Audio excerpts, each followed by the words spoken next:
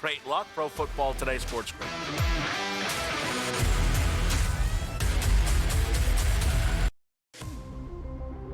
It's going to open up Pandora's box. But I will say this. I do believe players that sign now, like Najee, should not be eligible now, but should have to sit out and come back in next year. It's just a slippery slope. And I agree with people like Tom Izzo. I don't like it at all. College basketball today, only on SportsGrid. OK Dubs has to go back to his roots. I'm not a Jets fan, I'm not a Giants fan, and neither one of those teams even play in New York. But I'm a New Yorker through and through, despite where my mail gets sent. And I will not stand for the Jets to be dragged through the mud in this way. Not going to happen.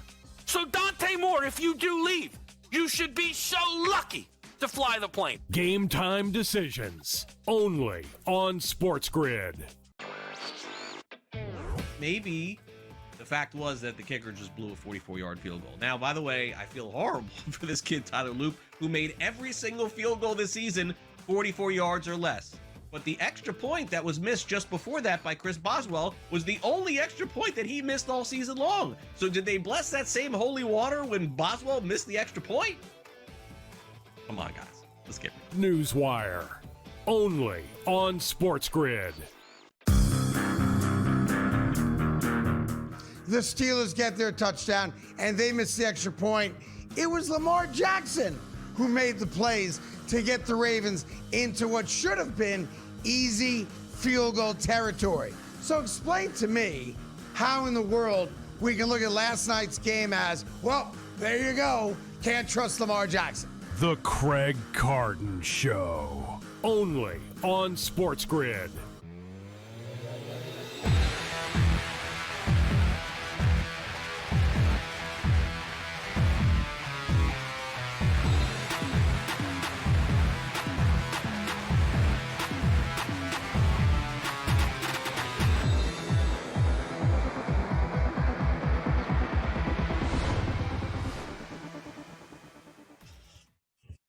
And welcome in. It is in-game live game day here on the grid on a fabulous Thursday evening as we inch closer to Super Bowl 60. Scott Wetzel, Gabriel Morency in for the next 2 glorious hours until 10 p.m. Eastern time, watching, analyzing, and of course betting on the world of sports. We do have college basketball tonight. We got Michigan in action, not a huge slate, but we got the Wolverines to play on. NHL closes its doors for the Olympic break after tonight. NBA deadline comes and goes. Giannis and Ja Morant don't, however. And we'll preview some more Super Bowl props. So a lot to get through over the next 2 hours. We got Ian Cummings, NFL draft analyst at PFSNN. We got Adam Kaufman, our good buddy, coming up in about an hour or so as well. And who knows, maybe a couple surprises along the way. First up, though, game time. What's betting you off tonight, Gabe, in San Francisco live?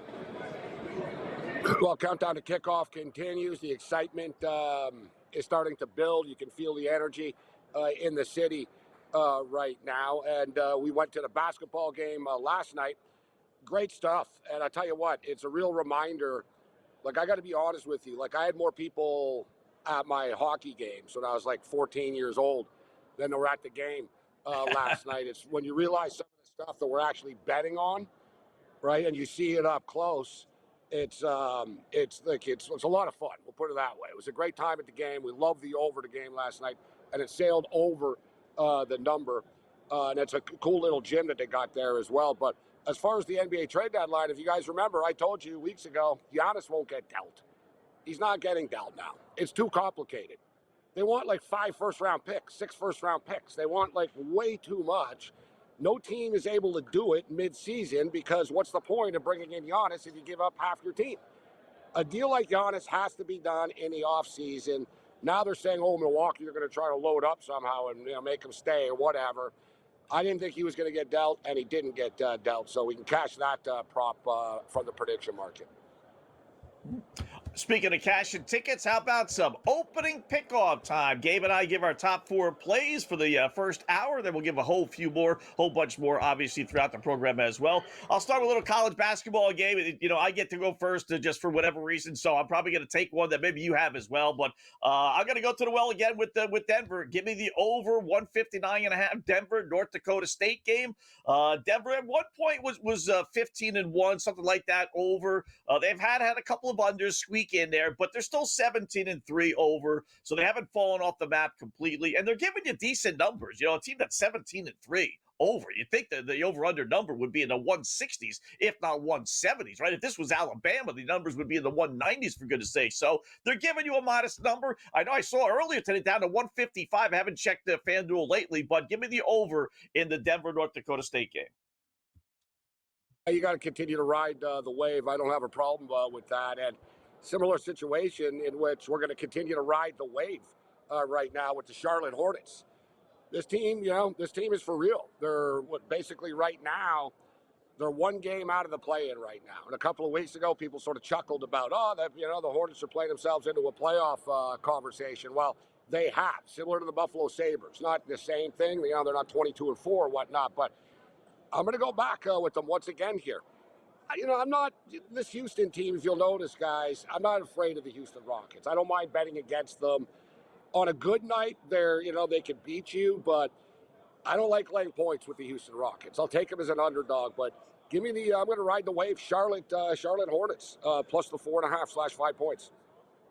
All right, I'll get to that one in a second. My next one, another college basketball, just tipped off. Over 147.5, Abilene Christian against Utah Valley. Abilene Christian stinks. They're awful. They're a good over team because they get beat up so badly. They're 10-2 over their last 12. Utah Valley, decent little 5-2 over their last 7. Again, not putting a mortgage on an Abilene Christian Utah Valley game, but if you like trends, you need some action, as we all do, give me the over 147.5. I'm going to go with the total in the Charlotte game. 218, 217.5, whatnot, more than manageable. More than manageable. I remember you bet it, we bet the sort of numbers, right? There was a low total the other day at 208.5 or whatever, these 213s.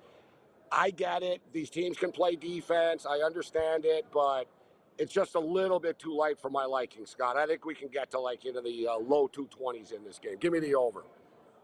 All right. I'm going to go with that game as well. Same thing on your side. Give me Charlotte plus the 3.5, 4.5, whatever number you happen to have.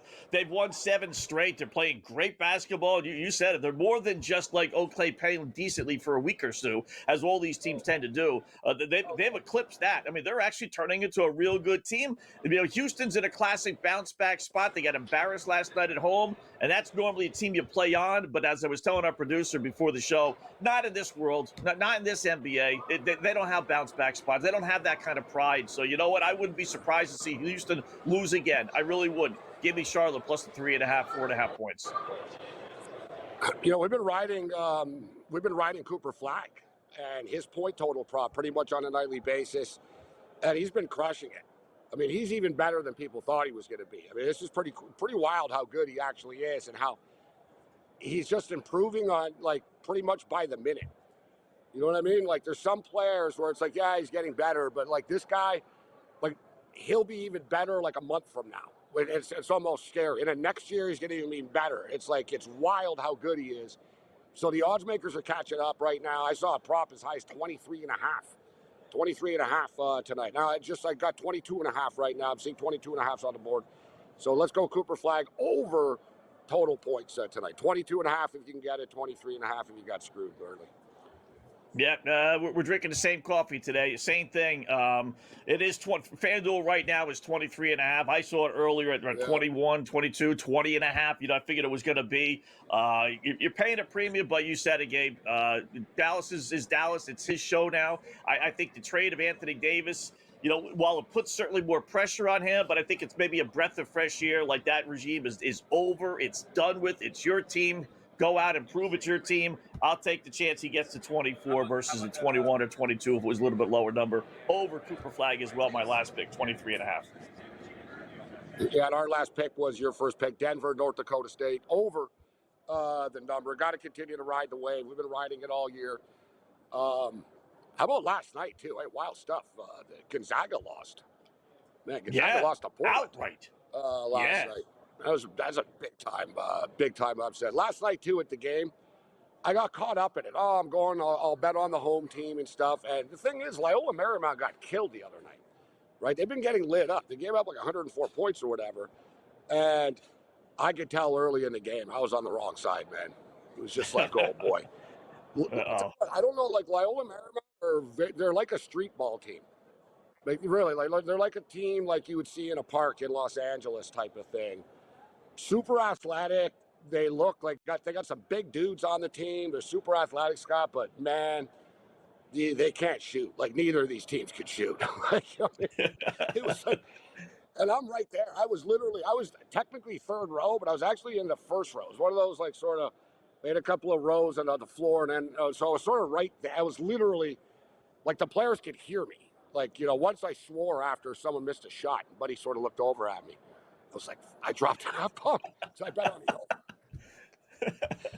It was kind of loud. Jim was kind of quiet. I was like, I dropped a big F-bomb, Scott. Kid kind of looked over. I startled him. And I was like, I said, make the shot. Let's go. Make the shot. That is funny. It was so quiet that I didn't like yell much. I really didn't. Because people were even freaked out by me, right? Dude, like no one. Right. There was no one from the Super Bowl there. So it was just like the Dons fans and me. And I stuck out. I'll put it that way. And I'm loud. I'm in the front. I got double fisted and I'm drinking. I'm like, yeah, I got money. I'm like, let's go, boys. Let's go. It was like, who the hell is this? And finally people asked me, you here for the Super Bowl? Know someone on the team from LA or something? Start asking me what I'm doing there. It's funny. Morency getting kicked out of a San Francisco Dons basketball game. We're in SportsGrid memorabilia, no doubt.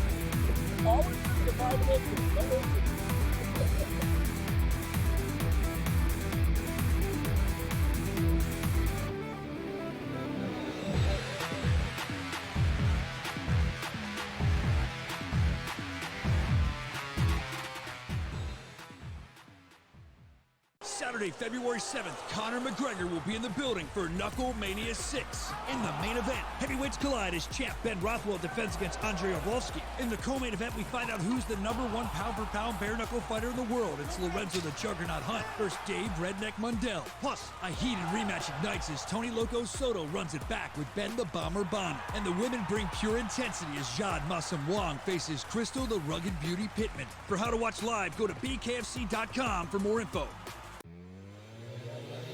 Aaron Peterson right now is -300 to be the top pick in the NBA draft. And anybody that saw the game on Saturday, you saw his vicious dunk, and you saw his explosiveness, and he hung 18 points up on the board in the first half, right? What did he do in the second half? Ask Bill Self. Why did he come out of the game? What did Bill Self say? I don't know. Ask him. This is where we're at right now. In-game live only on SportsGrid.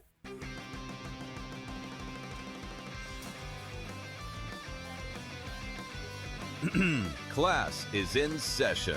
Today, let's talk about the teaser. A teaser is a multi-leg bet where you shift the point spread in your favor. You get better numbers, but every selection has to win.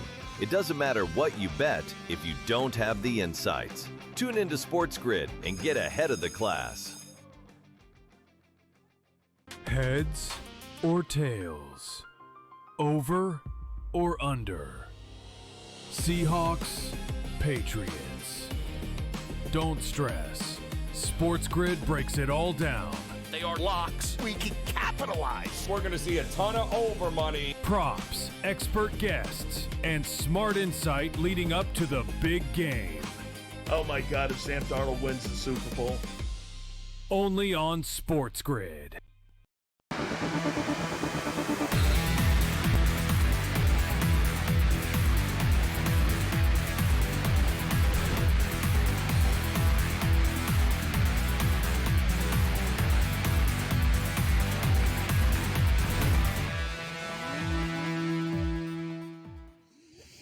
welcome back. It is in-game live game day here on the grid. Scott and Gabe, me in studio. Gabe in San Francisco, getting set for Super Bowl 60 on Sunday, and we'll break it all down and give out some prop plays and everything else.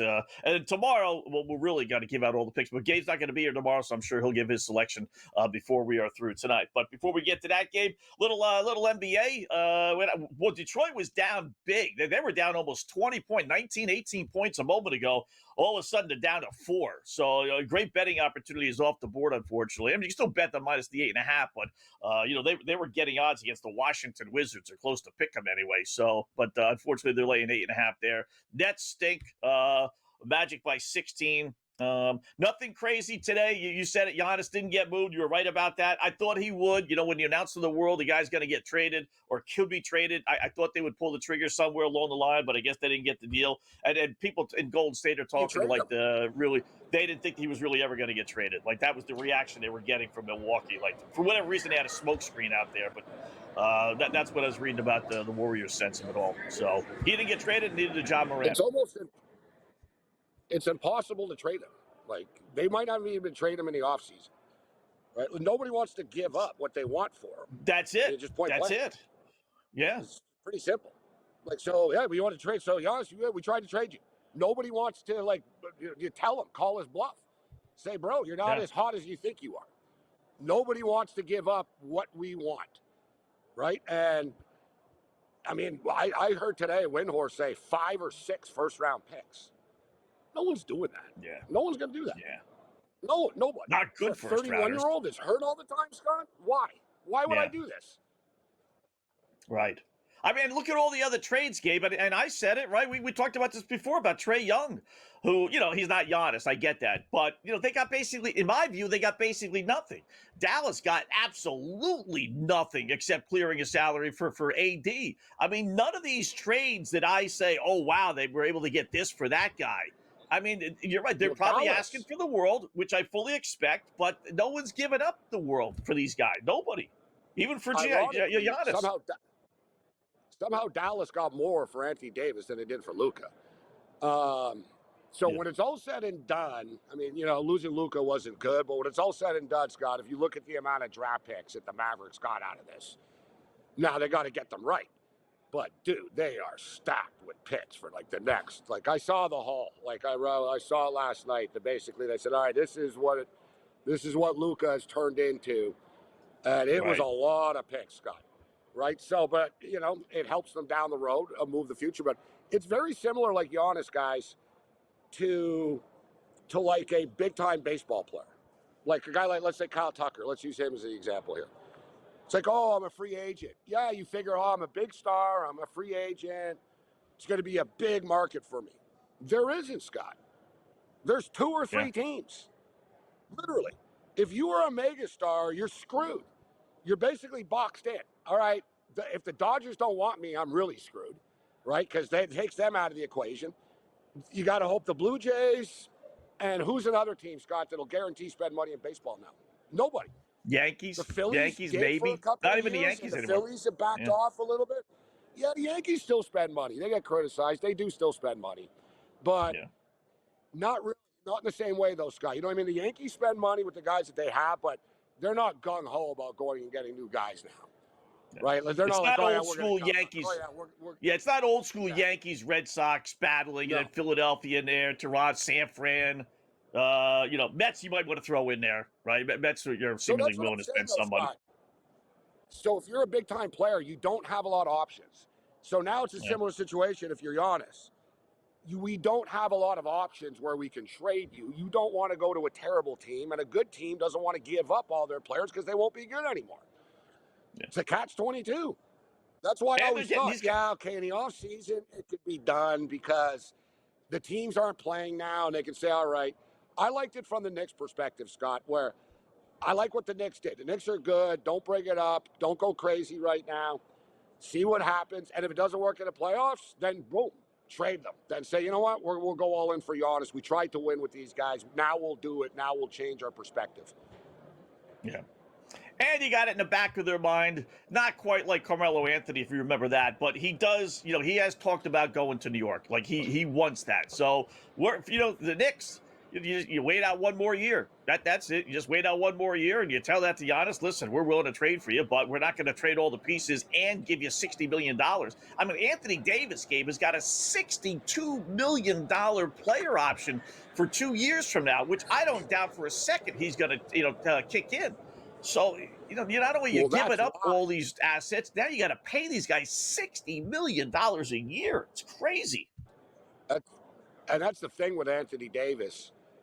I don't think he really cares, Scott, about winning a championship. He's already won a championship. He's won. Yeah. It's money, point blank. And the same thing. How many teams will be, you and I talk about it, how many teams will be willing to give AD another, you talk about, forget about the 62, Scott. He wants $260 million. 270, whatever the hell the max is now. 280, 270, whatever the cap is. Right. He wants a max deal. And basically, the Wizards are going to give it to him. They just didn't trade for him. Right, so like a good team doesn't want to do it, but we talk about it. The Wizards have money to spend. They don't have any stars, Scott. So you know what? They bring in Anthony Davis. Anthony Davis already won a championship. He's the man. Now he just wants to make his money on the way out. Get as many hundreds of millions as he can on the way out. Same with Harden. Harden didn't want to leave LA. It wasn't like Harden oh, I'm unhappy here. I got to leave the Clippers. He basically said, listen, my contract is up and I want an extension after next year. I'm not going to do this on a year-to-year thing with you guys. I want to, you guys got to sign me again. And the Clippers said, we're not going to re-sign you. They were honest. Yeah. They said, we're not going to re-sign you. That's how it traded. It wasn't like Harden bitched to get out. It was basically, he wanted a team that would guarantee to pay him. So they said, we're not going to do that. Ballmer finally learned his lesson, Scott. Finally. Yeah. Finally. Think of all the money Ballmer's paid to these stiffs, man. The Paul Georges, the Kawhis. Broken down players. He's like, no. Yeah, Chris Paul. I'm not giving you another. No, I'm not giving you another $200 million. No. Yeah. I like that he said. No. I'm not blaming Harden, but Ballmer finally figuring it out. I got to get rid of these guys. I can't just keep paying them. It's amazing. All right, we'll look at the board when we come back in Game Live.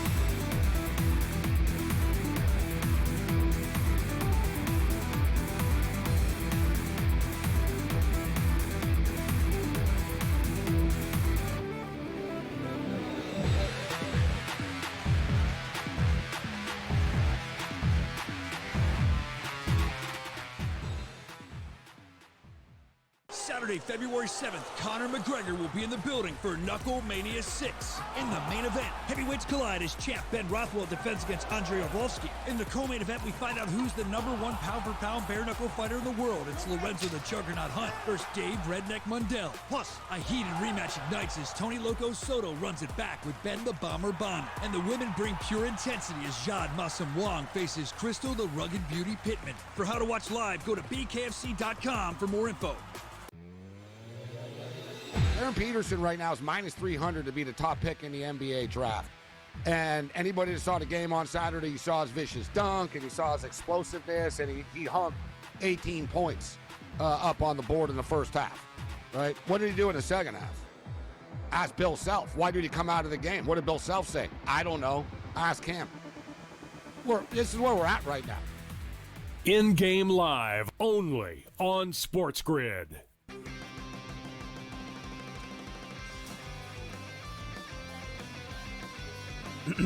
Class is in session.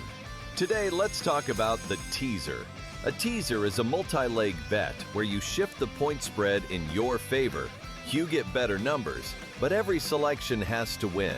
It doesn't matter what you bet if you don't have the insights. Tune into SportsGrid and get ahead of the class. Heads or tails? Over or under? Seahawks, Patriots. Don't stress. SportsGrid breaks it all down. They are locks. We can capitalize. We're going to see a ton of over money. Props, expert guests, and smart insight leading up to the big game. Oh my God, if Sam Darnold wins the Super Bowl. Only on SportsGrid.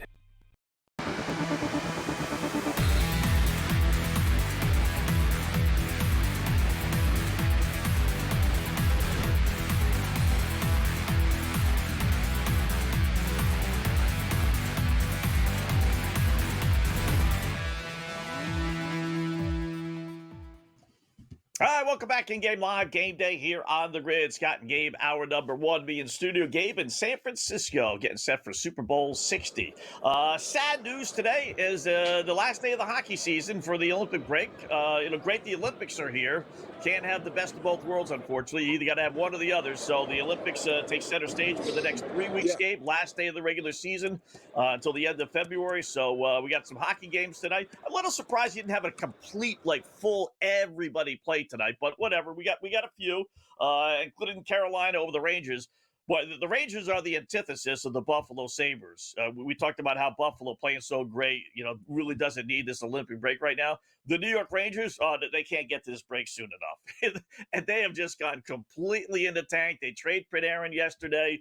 They're down 1-0 against Carolina. I did play the Canes today in regulation. Little too pricey now. It's minus 520. You can lay a goal and a half if you want at minus 148. Rangers had a goal, but they took it off the board, so it is now Carolina 1-0 over New York with 7 minutes left to go. And I played the under in the Islander game. Islanders and Devils.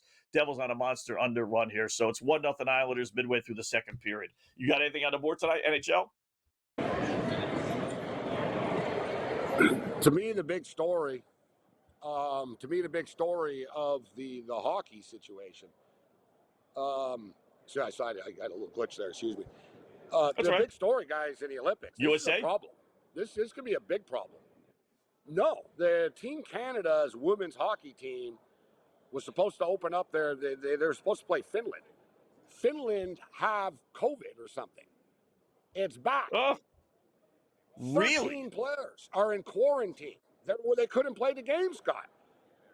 Dude, they're in the Olympic Village. When would the men get it? Wow. Like, they start spreading around. I'm like, you got to be kidding me. When I heard this, I was like, what? 13 players. Finland faced a norovirus outbreak that left 13 members of the roster, including all the PHL players, sick and or quarantined. They don't want these players around the other teams now. And can you imagine, dude, and I'm just saying, what are the chances, Scott, that only the Finnish women have this? Right. You know what I'm saying? Right. They're all coming over on the same plane. Now the Italian team has it. You know what I mean? Yeah. We've been down this road before, guys. But I'm just saying, it's real. They canceled the freaking game. You think they want to cancel the opening Olympic game? They canceled the game. Wow. They couldn't play. Finland can't play. Finland might have to not play the tournament. It's going to screw up their schedule, Scott. They're in a panic. I'm reading right now. This is a problem.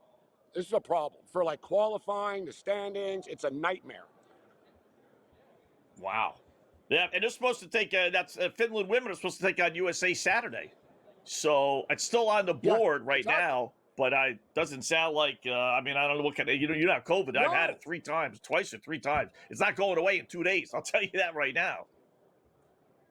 No, that's what I'm reading here. That they don't know. Will Canada now? Canada and Finland. Now Canada and Finland are going to play on Saturday. Not USA? No. Okay. So that's what I'm saying. It just causes complete chaos with the schedule.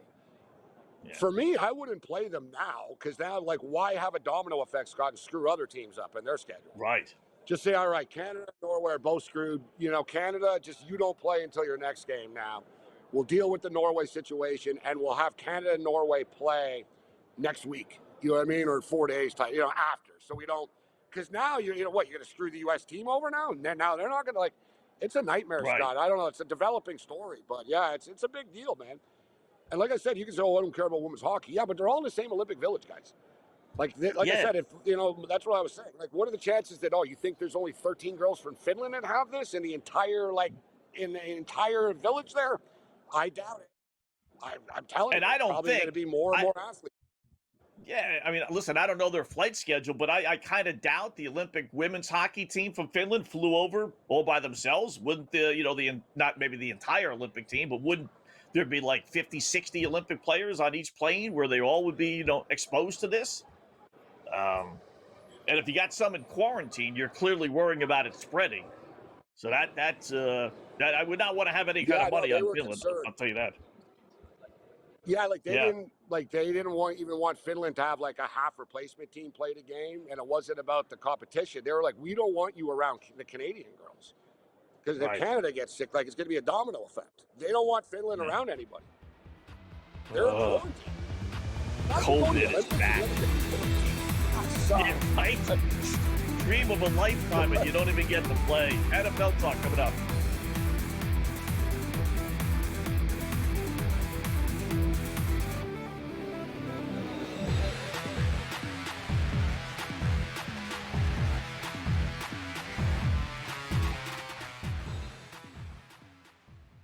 Saturday, February 7th, Conor McGregor will be in the building for Knuckle Mania 6. In the main event, heavyweights collide as champ Ben Rothwell defends against Andrei Arlovski. In the co-main event, we find out who's the #1 pound-for-pound bare-knuckle fighter in the world. It's Lorenzo the Juggernaut Hunt versus Dave Redneck Mundell. Plus, a heated rematch ignites as Tony Loco Soto runs it back with Ben the Bomber Bonner. And the women bring pure intensity as Jade Massam Wong faces Crystal the Rugged Beauty Pittman. For how to watch live, go to bkfc.com for more info. Aaron Peterson right now is -300 to be the top pick in the NBA draft. And anybody that saw the game on Saturday, you saw his vicious dunk, and he saw his explosiveness, and he hung 18 points up on the board in the first half, right? What did he do in the second half? Ask Bill Self. Why did he come out of the game? What did Bill Self say? I don't know. Ask him. This is where we're at right now. In-game live only on SportsGrid.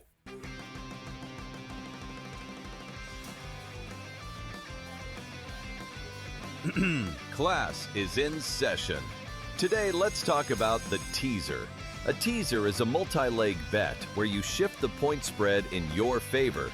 You get better numbers, but every selection has to win. It doesn't matter what you bet if you don't have the insights. Tune into SportsGrid and get ahead of the class. Heads or tails? Over or under? Seahawks, Patriots. Don't stress. SportsGrid breaks it all down. They are locks. We can capitalize. We're going to see a ton of over money. Props, expert guests, and smart insight leading up to the big game. Oh my God, if Sam Darnold wins the Super Bowl. Only on SportsGrid.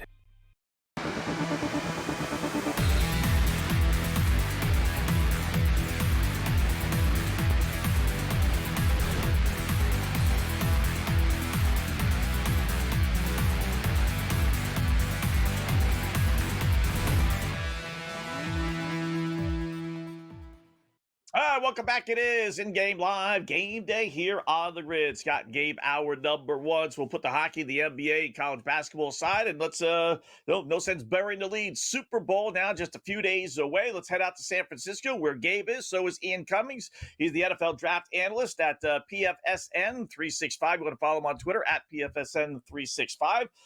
Everything pertaining to the draft, we'll ask Ian, and also get his thoughts on the Super Bowl. So Ian, Scott, and Gabe, how are you on this Thursday evening? Doing good. It's been a busy week, but we're leading up to the Super Bowl. A lot of fun and two very good teams set to take on this Sunday. All right, let's start at the top. Let's start Super Bowl. 4.5, the line sits. Seattle favorite, over under right around 45.5, depending on where you do your shopping. Which side of the board are you going to be on Sunday? I like the Seahawks. I think they're going to pull away a little bit. I think the game script is going to favor them. I think they have the advantage on defense with the schematics, and then I also think they can get out to a lead early. As far as the over-under, I'm going to go with the over. I think that Drake May will be able to at least close the gap a little bit from behind. I think he'll get some garbage time yardage as well, but I think the Seahawks will be able to outlast him with the combined explosives they have on both sides of the ball. Right on, man. Let's go, Go ahead, Gabe. I think we have a little technical issue with Gabe. So, also, it makes sense, I guess, if you like Seattle, right? Your MVP's not anything crazy, no major surprises for your Super Bowl MVP. Yeah, I think it'll be Sam Darnold, right? And part of it is just the bias that we've seen year over year. There are some non-QBs that do win it, but usually when the team that comes away with the win, there is some preferential treatment for the QBs. Having said that, I think Sam Darnold, I think this receiver core, I think it's a good matchup with this Patriots secondary. I do think Craig Woodson, being a rookie at safety, played very well this year, but I think that JSN, I think Rashid Shaheed, I think they're going to be able to exploit that lack of elite talent a little bit on the back end. So I'm going to go with Sam Darnold, but I think the defense is going to be just as important for this one. Yeah. I think also, Ian, listen, the media votes on this stuff, the MVP, right? It's not anything technical or stats-wise, whatever. But he's a good story, right? I mean, you need that little push in the back. He's a good, from rags to riches, right? For sure, Yeah, and I think that, underdog story is very important. The same people that hate him all it's- the time, they'll try to date themselves by voting him for the MVP. And they'll delete everything that they said horrible about him for the last couple of years. But, the whole thing, like the redemption stuff, like it's a little bit overblown. It was a lot like Carson Beck in the National. They're like, oh, Carson Beck and his rags to riches redemption. Kid's making $4 million a year. He has 2 national championship rings with the Georgia Bulldogs. Like, same thing with it's the same thing with Sam Darnold. Like, it wasn't that he was bad. Look at the teams that he was on. The teams that he were on are still bad. Right? Like, so it's like, that Sam Darnold sucked? No, the New York Jets suck. Sam Darnold didn't suck. The New York Jets suck. And they'll always and not only that game, quarterback killers. I tell you what, and not only that game, we talked about this last night. He was actually 7-6 his second year with the Jets. First year, whatever. He was 7-6 with the New York Jets. He had a winning record. Then they kind of bottomed out third year, and they quit on him, right? And then he went to Carolina, and even at Carolina, he had a year where he was 4-2 before they said get rid of you. So it's he wasn't great. Don't get me wrong, Ian, but he wasn't horrible, right? No, exactly. Well, I think exactly, but yeah, it is. I think the situation can define the QB too, and sometimes they underperform because of that. I don't want to do any revisionist history. He wasn't a good QB, and he definitely had a jump up with a new scenario. But yeah, I think it goes to show that environment can play just as big a role with production. And Minnesota didn't believe in him. They didn't want to pay him. So, there's something to be said there. I think he's just so sick of it and, being asked about it. It's almost like, so how do you feel about being a loser your whole life and now you're successful? Like, that's basically what they're telling him to his face, like over and over and over again. I think he's done a great job just sort of, saying, I only care what my teammates think. Like, that's what he always says. I only care what this thinks. But to me, guys, that prop here, and there's so many of them, man. I'm scrolling around here, and I'm trying to find it again, but listen, man, I don't think it's being talked about enough that Drake May's been sacked 15 times in the playoffs. Literally, 15 times, 5 times in every game. And I really don't think it's being discussed enough. And the Seattle props, guys, for the sacks is only 2.5. Over under 2.5 sacks, Seattle. I'm smashing this. I don't think he's going to get sacked 5 times, but I don't know, he'll get sacked at least 3 times. Yeah. My offshore book has got 3.5. So if you got 2.5, you're right, kid. That to me would be a good play. How about Drake May as far as throwing the ball, Ian? Is he going to get to 225 yards or so, depending on where you do your shopping? I think he will get over 225. Like I said, I think my gut feel for the game script here is that Seattle will be able to get to a lead early, and when they're able to play with a lead, the Patriots have to pass a lot more, break the gap, close the gap. They kind of kept up with it. I think Drake May is going to have to pass to try and stay in this game, but because of that, there are also going to be a lot of sack opportunities for that Seattle defense. And by the way, Mike McDonald, one of the best defensive minds when it comes to disguising rush looks and generating, real artificial pressure with coverage looks. So I think it's going to be a really fun dichotomy, but I expect Drake May to be playing from behind and passing a lot as a result. I think naturally he's going to get over that mark, but also he's going to get battered in the process.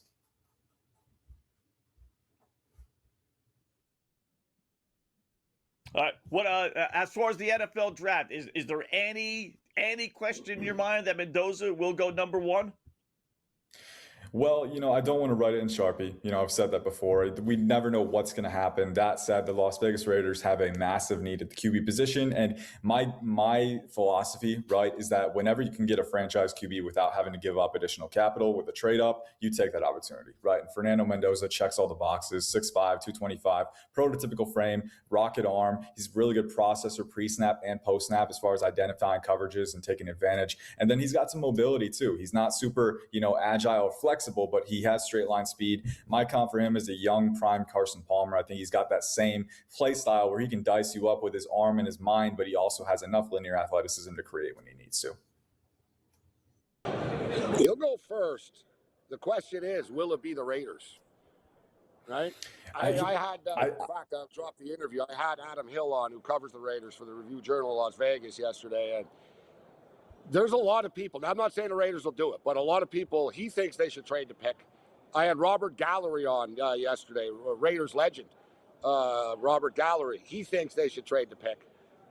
Everybody's sort of saying, like, listen, yeah, Mendoza's sort of the number one pick by default this year, and yeah, they need a quarterback, but it's something to think about, guys, if there was another team. But I don't think Mendoza's good enough that other teams, and I don't know what your take is, Ian, but I don't think he's good enough, and I'm not criticizing him, but I don't think like teams are going to be like, oh yeah, we're going to trade up. We want Mendoza. We need Mendoza. I don't think like the Raiders will get the package that they would want. So like Adam told me, like Review Journal, the Raiders screw everything up all the time. This is a safe pick, right, Ian? It's a safe pick. Let's call it what it is. It's a safe pick, and like I said, you never want to play with fire at the QB position. Let's say they do trade down and pass up on Mendoza and bolster the roster and bank on a veteran QB who's a has-been, who's kind of past his prime, and they go 7 and 10 or 8 and 9 next year, and then they're picking in the 11 to 13 range, and they're out of range for a QB, and they have to trade up additional capital to get their guy, right? So they're in position. They can just take the guy, right? And Fernando Mendoza, right, he's not quite at the level of Drake May or Caleb Williams as a prospect for me, but he is still a top 5 player on my board. I think he's very worthy of the franchise QB mantle. And you look at the tests that he had, right? He was playing in the Big Ten. He experienced adversity against Iowa, Penn State, Ohio State in the CFP playoffs. And each time he came up clutch, delivered his team. And I think really just passing each test, winning the Heisman, but then also the film eval passes with flying colors too. So I think when you're in position, when you don't have to give up additional capital, in my opinion, just keep it simple. Just take the QB, build the team around him, because you might regret it if you don't. Yeah, can you imagine them trading him away, or in essence out of the spot, and then him be the next great quarterback? That would be fun. That would be rated like it really would. Ian, great job as always. Do appreciate it. Draft analyst at PFSNN 365. Ian, good job. Have some fun at the Super Bowl, and we'll do it again soon. Thanks.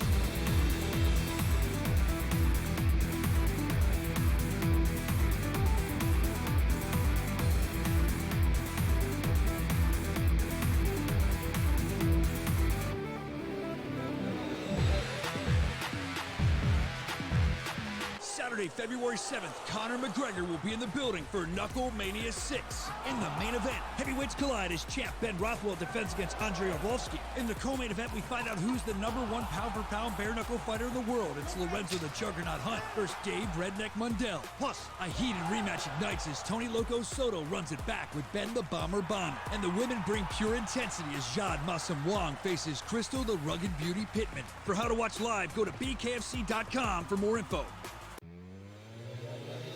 Aaron Peterson right now is -300 to be the top pick in the NBA draft. And anybody that saw the game on Saturday, you saw his vicious dunk, and you saw his explosiveness, and he hung 18 points up on the board in the first half, right? What did he do in the second half? Ask Bill Self. Why did he come out of the game? What did Bill Self say? I don't know. Ask him. This is where we're at right now. In-game live only on SportsGrid.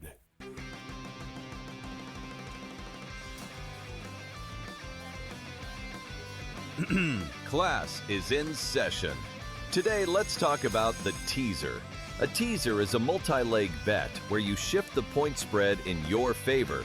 You get better numbers, but every selection has to win. It doesn't matter what you bet if you don't have the insights. Tune into SportsGrid and get ahead of the class.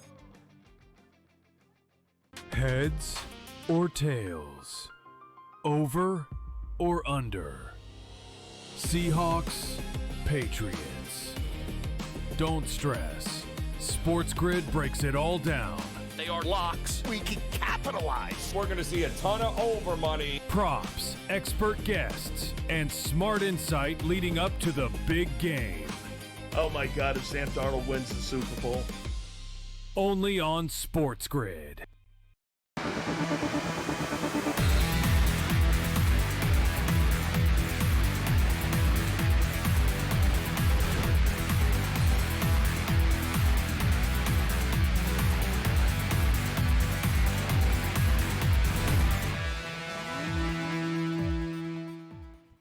All right, welcome back in Game Live. Game Day here on the grid. Scott and Gabe, hour number one. Thanks again, Ian Cummings from PFSN, Pro Football Sports Network 365, joining us there. We'll have him on to talk a little NFL draft as we get a little bit closer. So he's one of the first guys, Gabe, I must say, that like Seattle. Most of the guys we've had on have said they like the Patriots plus the points. Not necessarily Patriots winning, but if they had to pick one, it was, yeah, so far this week that I've noticed anyway. And talking to friends around town, too. Are you? I'm scared about that nobody likes New England. So, you said a couple of people have come on a network and given them. I've had a few, there's a few players here. Rampage Jackson, for the record, former UFC fighter, and B.A. Baracus in the A-Team movie. He told me he thinks the Patriots are going to win. He said, I prefer, he goes, I'm a Seattle. He goes, I want Seattle to win, but I think New England will win. But I'm just saying. But I don't like that. That the ESPN panel was 11-0 to Seattle. Right. Everywhere we hear, it's going to be too much. We just heard Ian. Well, they're going to be playing from behind. We all say the same thing. They're going to be playing from behind the script, this and that. It's the Patriots are hearing all of this. They've been doubted all year, Scott. Seriously, nobody ever believes in them, right? Oh, they didn't play anybody. The quarterback that they played sucks. And I saw an interview with one of them, and it was sort of that. He was going down that road. He goes, we don't care, man. He goes, we're glad that you don't believe in us. We're glad that we're underdogs. And he said, we've been shocking people all year. And he goes, we're going to do it one more time. Okay, just basically the way he said it. He goes, one more time. We're going to do it one more time. We're going to be champions of the world. And Vrabel, man, these guys are going to be dialed in. I just think that their offense isn't good enough. That's, to me, their mentality, and Vrabel's a stud and all this type of stuff. And Drake Mays is going to be an epic great young quarterback. But, Scott, they can't protect him, man. He's been sacked 15 times. They're offensively challenged. Yeah. I brought it up.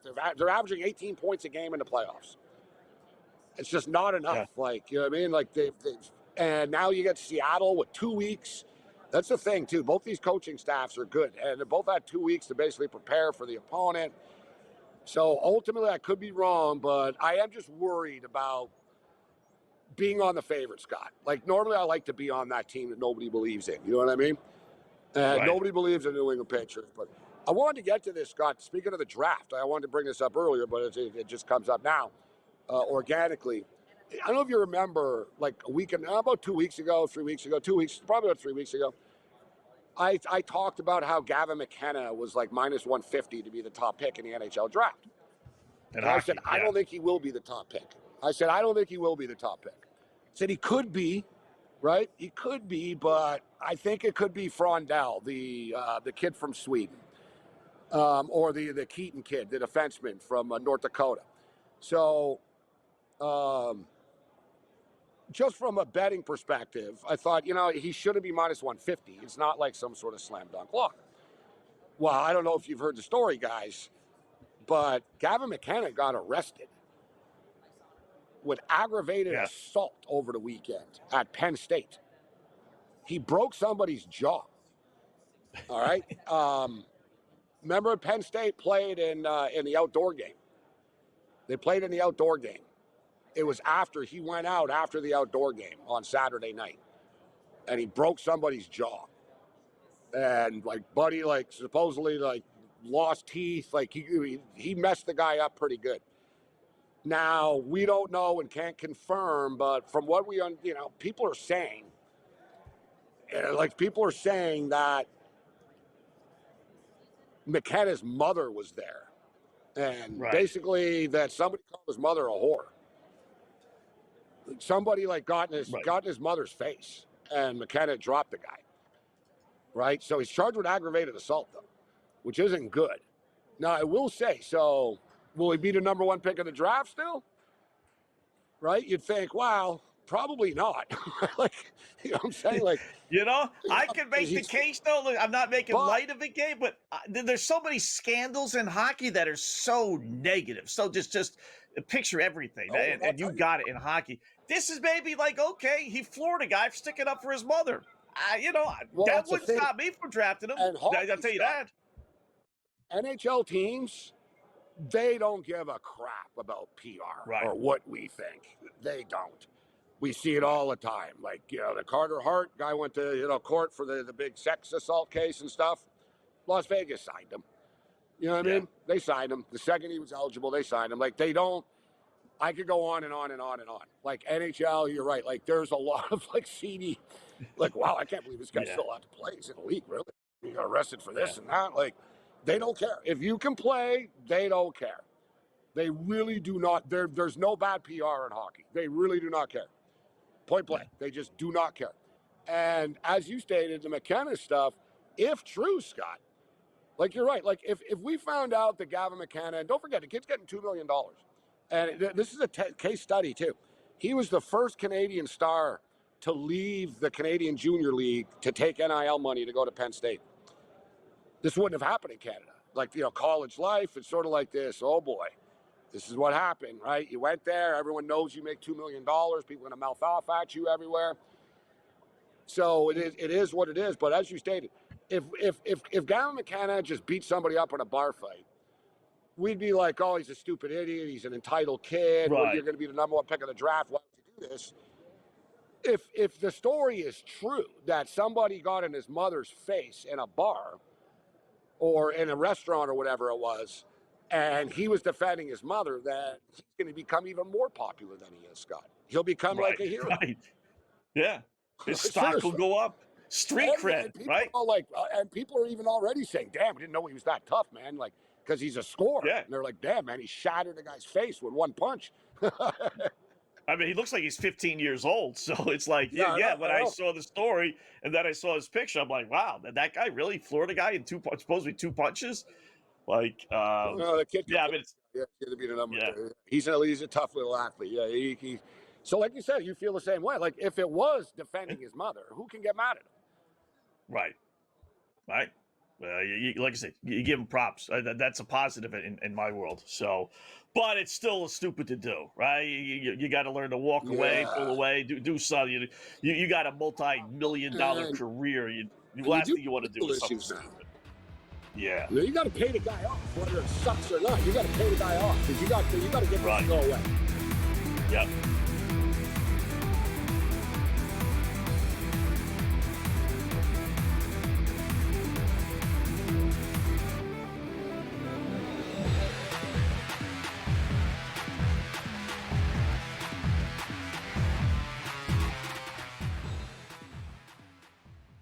Saturday, February 7th, Conor McGregor will be in the building for Knuckle Mania 6. In the main event, heavyweights collide as champ Ben Rothwell defends against Andrei Arlovski. In the co-main event, we find out who's the number one pound-for-pound bare-knuckle fighter in the world. It's Lorenzo the Juggernaut Hunt versus Dave Redneck Mundell. Plus, a heated rematch ignites as Tony Loco Soto runs it back with Ben the Bomber Bonner. And the women bring pure intensity as Jade Massam Wong faces Crystal the Rugged Beauty Pittman. For how to watch live, go to bkfc.com for more info.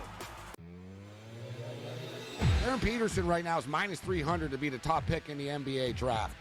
And anybody that saw the game on Saturday, you saw his vicious dunk and he saw his explosiveness, and he hung 18 points up on the board in the first half, right? What did he do in the second half? Ask Bill Self. Why did he come out of the game? What did Bill Self say? I don't know. Ask him. This is where we're at right now. In-game live only on SportsGrid.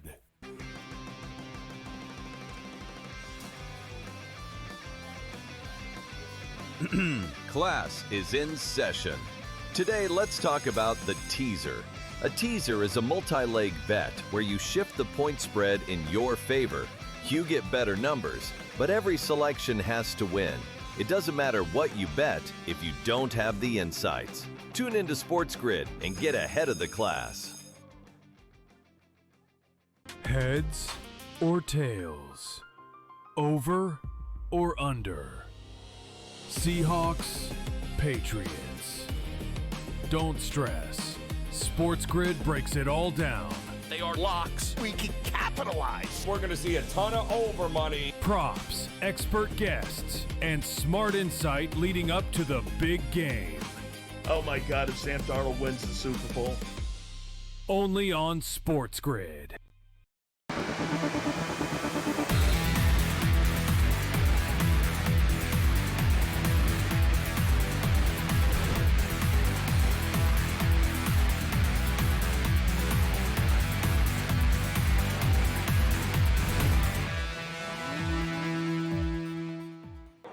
All right, welcome back. It is In-Game Live Game Day here on the Grid. Scott and Gabe closing out hour number one. Me in studio, Gabe in San Francisco. We got Adam Kaufman coming up in a couple of moments. We'll do some Super Bowl talk with him. So in the meantime, we're talking a little hockey there, Gabe. So back to the board. Not a whole lot has really changed, believe it or not. Still 1-0 Carolina over the Rangers.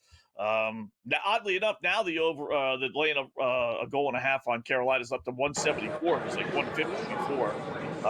Devils and Rangers still tied or Devils and Islanders rather still tied at 1. That's not bad. 4.5 is your total. We're sitting on under 5.5. Buffalo losing. I don't want to say again, but 3-1 Pittsburgh. Pittsburgh's a weird team. Well, I tell you what. You talk about a streaky team. There might not be a more streakier team than Pittsburgh Penguins. They're playing well, and then the big battle down in Florida, you got Tampa Bay 3-0 over the Panthers. What about the Panthers at 18-1 if you think they're going to come back?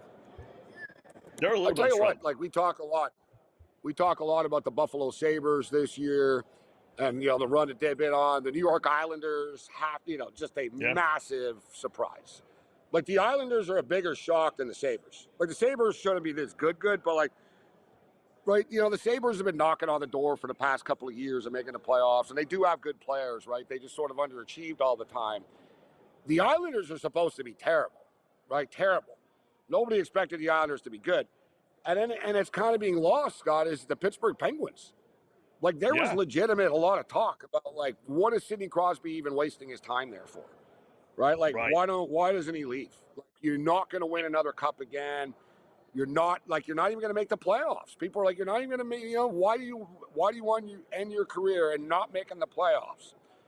And they had a terrible offseason, the Penguins. They did nothing. And so much so that even Crosby's, even his agent said, it's something to talk about. Like, he said it to, like, on a radio show or something. Like, finally, it has to be a conversation about this moving forward, but Crosby's a loyal dude. He wants to retire a Penguin, Scott, and he told people, actually, he goes, I think we could be better than people think. Like Crosby, actually, I heard that Crosby told people, I think we could be better than people think. Let's give this a go. Who the hell, Scott, thought they'd be in second place? They're in second place. Yeah, second place.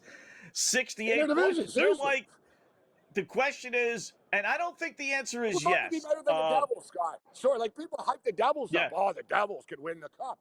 The Devils are in second to last place. Yeah, second to last. It's amazing. And Hughes is hurt again, one of the Hugheses. But last year it was Washington, right? Oddly enough, in the same division. Came out of nowhere. People thought Ovechkin, the Capitals, nothing. And they go on to have the most points in the Eastern Conference. But they're one and done in the postseason. I think this Pittsburgh team, the way the Metropolitan Division is, outside of Carolina, I mean, are you really afraid to face the Islanders as good a season as they've had? No. I think this Pittsburgh team can win a round, if not two, unlike Washington last year. See, that's true, as you state. It's a stupid format that they have, but you're right. The division teams play each other. So, as it is now, Scott, and I don't believe that either of these teams are going to win the division and pass Carolina. So, as it is, well, you know what? Even Columbus, Scott, are knocking on the door. They got 65, right? Yeah. They're right there. 11 and 1 67, 68. They're 11 and 1. Yeah, Columbus too.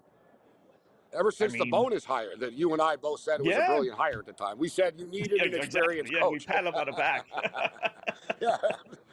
Hey, we never ripped bonus. We didn't say he was a bad coach. We just said, like, wow, guy been around forever. You brought him back. The guy left for health issues. He said, I can't do this anymore. I got to rest. Like, guy's been coaching. Like, he's been in the NHL for 60 years or something, guys. Like, he literally was having like physically falling apart, like in Winnipeg.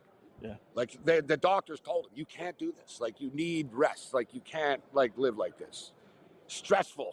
Like always stressed. Coaching. Next game. Next. And the poor bastard's got always coached bad teams. so it's always like. It's always like just the constant battling for the playoffs. His whole life, he's been fighting for a playoff spot. You know what I mean? Like, catches up the stress. But man, they like you said, since the move, Scott, they're unbelievable. This team. No one's even talking about them. Yeah.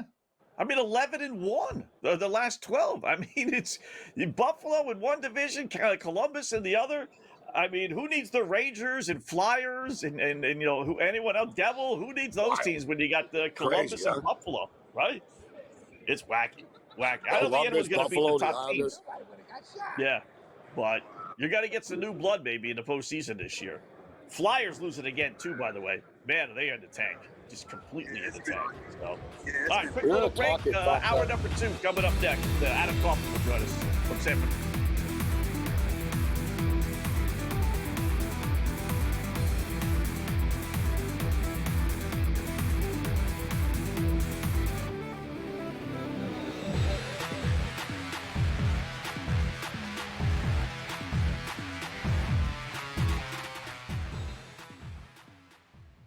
Saturday, February 7th, Conor McGregor will be in the building for Knuckle Mania 6. In the main event, heavyweights collide as champ Ben Rothwell defends against Andrei Arlovski. In the co-main event, we find out who's the #1 pound-for-pound bare-knuckle fighter in the world. It's Lorenzo the Juggernaut Hunt versus Dave Redneck Mundell. Plus, a heated rematch ignites as Tony Loco Soto runs it back with Ben the Bomber Bonner. And the women bring pure intensity as Jade Massam Wong faces Crystal the Rugged Beauty Pittman. For how to watch live, go to bkfc.com for more info.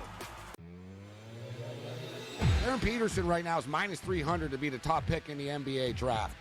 And anybody that saw the game on Saturday, you saw his vicious dunk and you saw his explosiveness, and he hung 18 points up on the board in the first half, right? What did he do in the second half?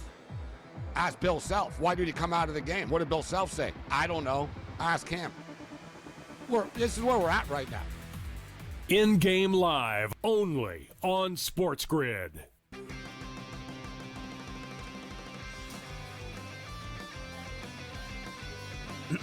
Class is in session. Today, let's talk about the teaser. A teaser is a multi-leg bet where you shift the point spread in your favor. You get better numbers, but every selection has to win. It doesn't matter what you bet if you don't have the insights. Tune into SportsGrid and get ahead of the class. Heads or tails? Over or under? Seahawks, Patriots. Don't stress. SportsGrid breaks it all down. They are locks. We can capitalize. We're going to see a ton of over money. Props, expert guests, and smart insight leading up to the big game. Oh my God, if Sam Darnold wins the Super Bowl. Only on SportsGrid.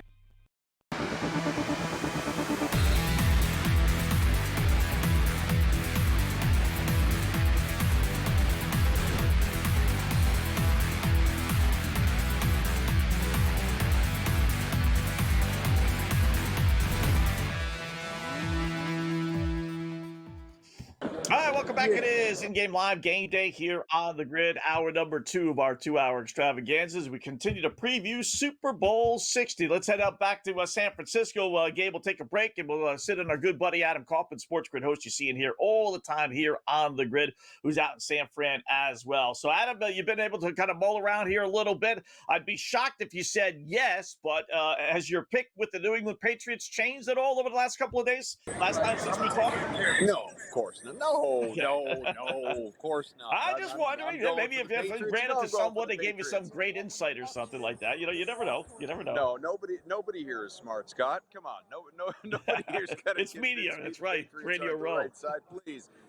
Yeah, no, I think the interesting thing is honestly just the fact that, you know, you and Gabe have been sitting here and you've been talking about this game or everything else. I mean, I've heard from afar him, you know, talking about Sidney Crosby and you know, the Olympics and all of this stuff. But, you know, truthfully, around here, the Super Bowl is not exactly a hot button topic. For anyone that doesn't know, the nature of Radio Row, a lot of it is talking about everything but the game.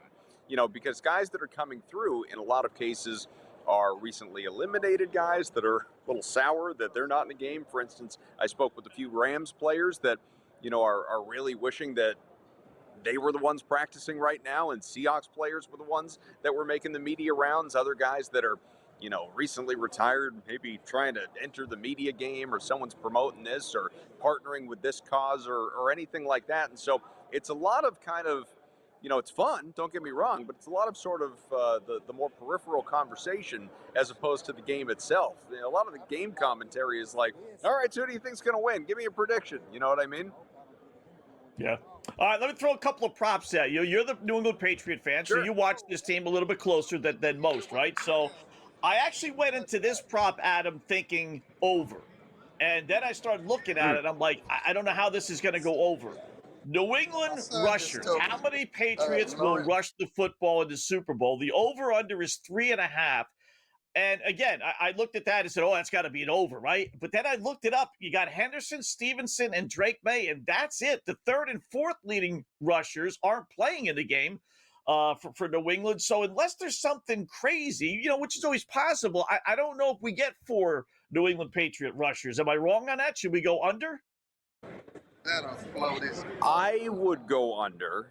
That said, I think to your point, it's like, I don't know, is there the random end around Mac Hollins, end around like Mac Hollins, he catches the ball, but it's behind the line of scrimmage, so it goes down as a run. That kind of thing, That's whether it's true. Hollins or a Kayshon Boutte or, even a Stephon Diggs. So I don't know. I guess my instinct would say under, because to your point, the 3 guys you named, and May, Stevenson, and Henderson, those are the 3 guys that everybody would name. But yeah, I feel like if you're going to bet that market, and I don't know what the odds are on either side, but if you're going to bet that market, it feels like you would almost have to take the over, because that's where the value is going to be.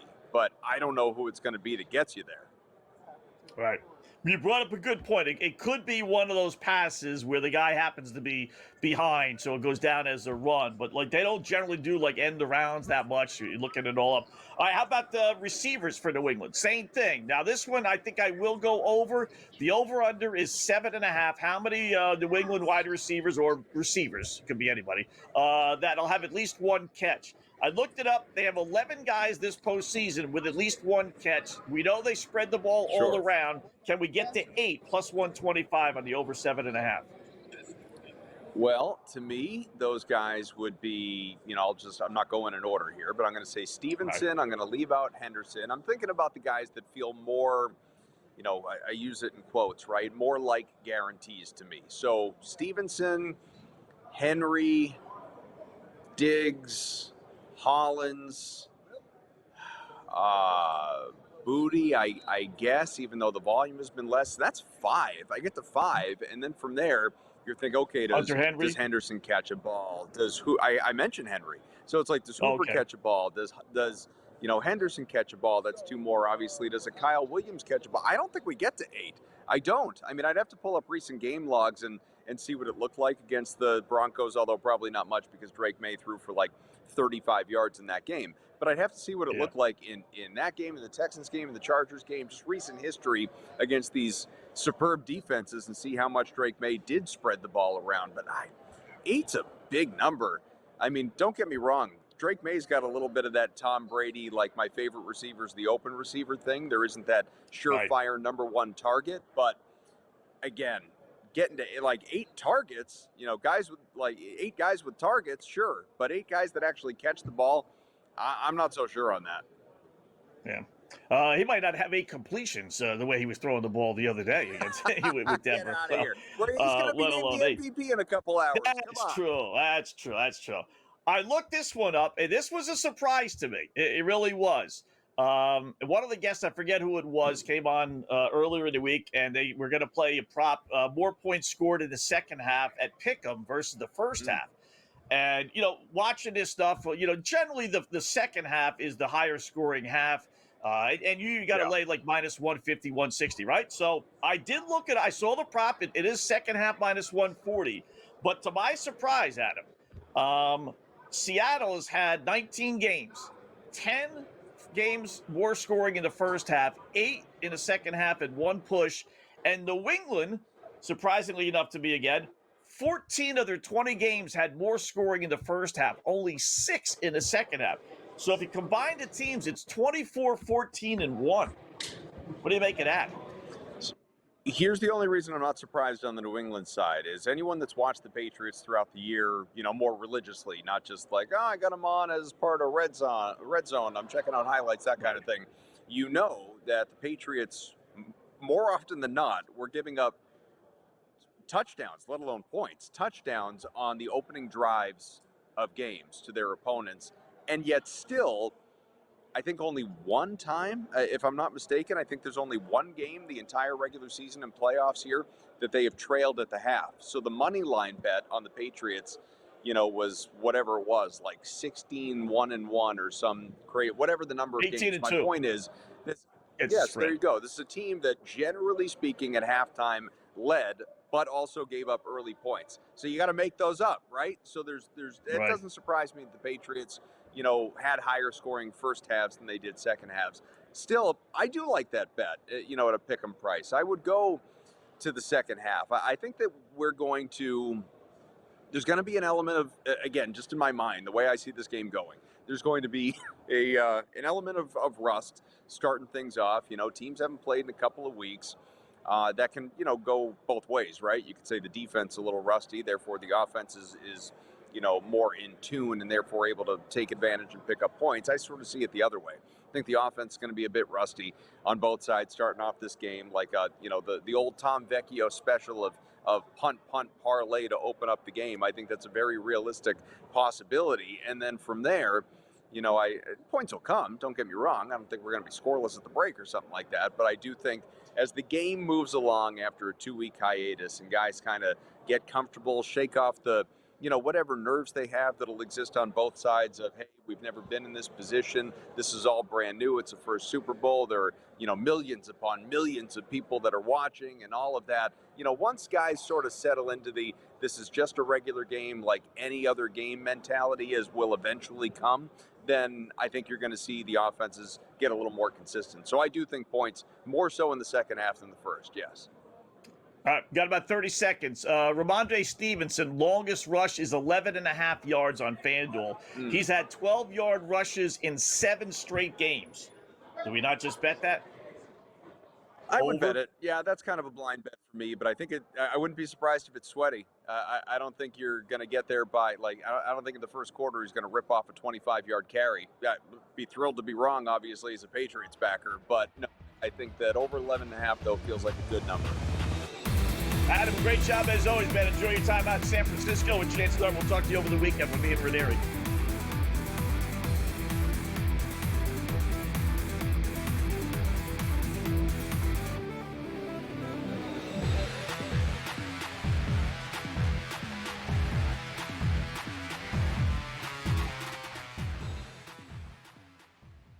Saturday, February 7th, Conor McGregor will be in the building for Knuckle Mania 6. In the main event, heavyweights collide as champ Ben Rothwell defends against Andrei Arlovski. In the co-main event, we find out who's the #1 pound-for-pound bare-knuckle fighter in the world. It's Lorenzo the Juggernaut Hunt versus Dave Redneck Mundell. Plus, a heated rematch ignites as Tony Loco Soto runs it back with Ben the Bomber Bonner. And the women bring pure intensity as Jade Massam Wong faces Crystal the Rugged Beauty Pittman. For how to watch live, go to bkfc.com for more info.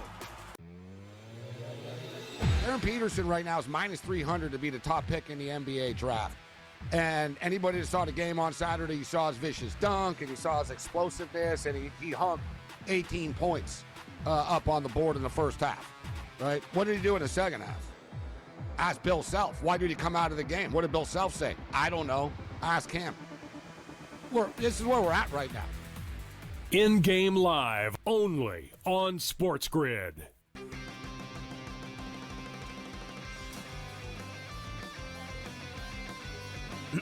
Class is in session. Today, let's talk about the teaser. A teaser is a multi-leg bet where you shift the point spread in your favor. You get better numbers, but every selection has to win. It doesn't matter what you bet if you don't have the insights. Tune into SportsGrid and get ahead of the class. Heads or tails? Over or under? Seahawks, Patriots. Don't stress. SportsGrid breaks it all down.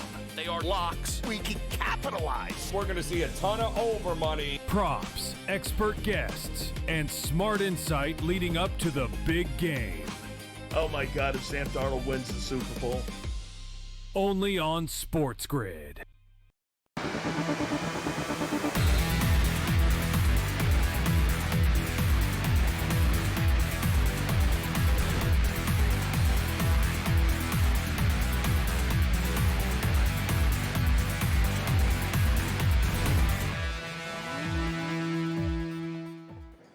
And welcome back. It is in-game live game day here on the grid. Thanks again, Adam Kaufman, SportsGrid host, who's out in San Francisco, as is our good buddy, obviously, Gabe Morency. So, little time for a little better late than never late night pickoff. Gabe, I'll start here. Again, we're feasting at the bottom of the barrel, but give me Montana State, little college basketball. Doesn't start for a little while. Montana State at home against Idaho, laying only 3.5, halfway decent number. They're the better team. I'm actually surprised it's not a little bit higher than that, to tell you the truth. I really went, and before I look at the lines, I do the picks, and then I see the lines, and if it matches my thinking, then I go ahead and buy it. But Montana State's, they won 7 in a row. They're 7-1 at home against Idaho. They're 9-3 their last 12 overall, and they own this series. Not only 7-1 at home, but 11-5 overall against Idaho. So I'm only laying 3.5. I thought it would be closer to 5.5, maybe 6 even. Give me Montana State laying the 3.5 at home against Idaho. Yeah, I tell you what, tonight is a degenerate gambler's dream in college basketball. I look at the slate tonight, Scott. I'm like, oh boy, man, there's a ton of games, but they're all the Riversides of the world and all kinds of like this and that. And it's always tough to bet it when you're on Media Row, guys, right? I'll just be honest with you.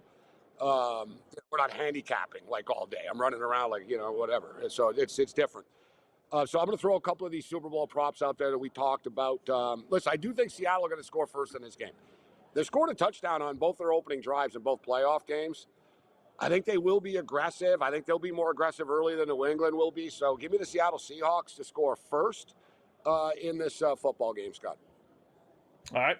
My next one, a little NBA action later on tonight. Give me the Lakers. I know this line's got sucker written all over it. I'm sure no one is playing for the Lakers, but they're at home. They're laying 2.5, 3.5, depending on where you do your shopping. You want to give me Luka? He is playing as far as I can see. I don't see him not playing. I don't see LeBron not playing. Jackson Hayes is suspended the game, but big deal. I'm getting the Lakers at home and basically pick them in my world. Give me LA, the Lakers minus the 3.5 against Philadelphia. I'll throw out the total sack prop. So like Scott said, his book right now, one of his books has it at 3.5. I got it at 2.5, but it's minus money, and it's climbing right now. Like now, this is the time, guys. This is when the public starts to bet this football game. Right? People don't have the money in the bankroll, and they're not betting like the sharps are, but like the casual people, now they're starting to put some Super Bowl bets in.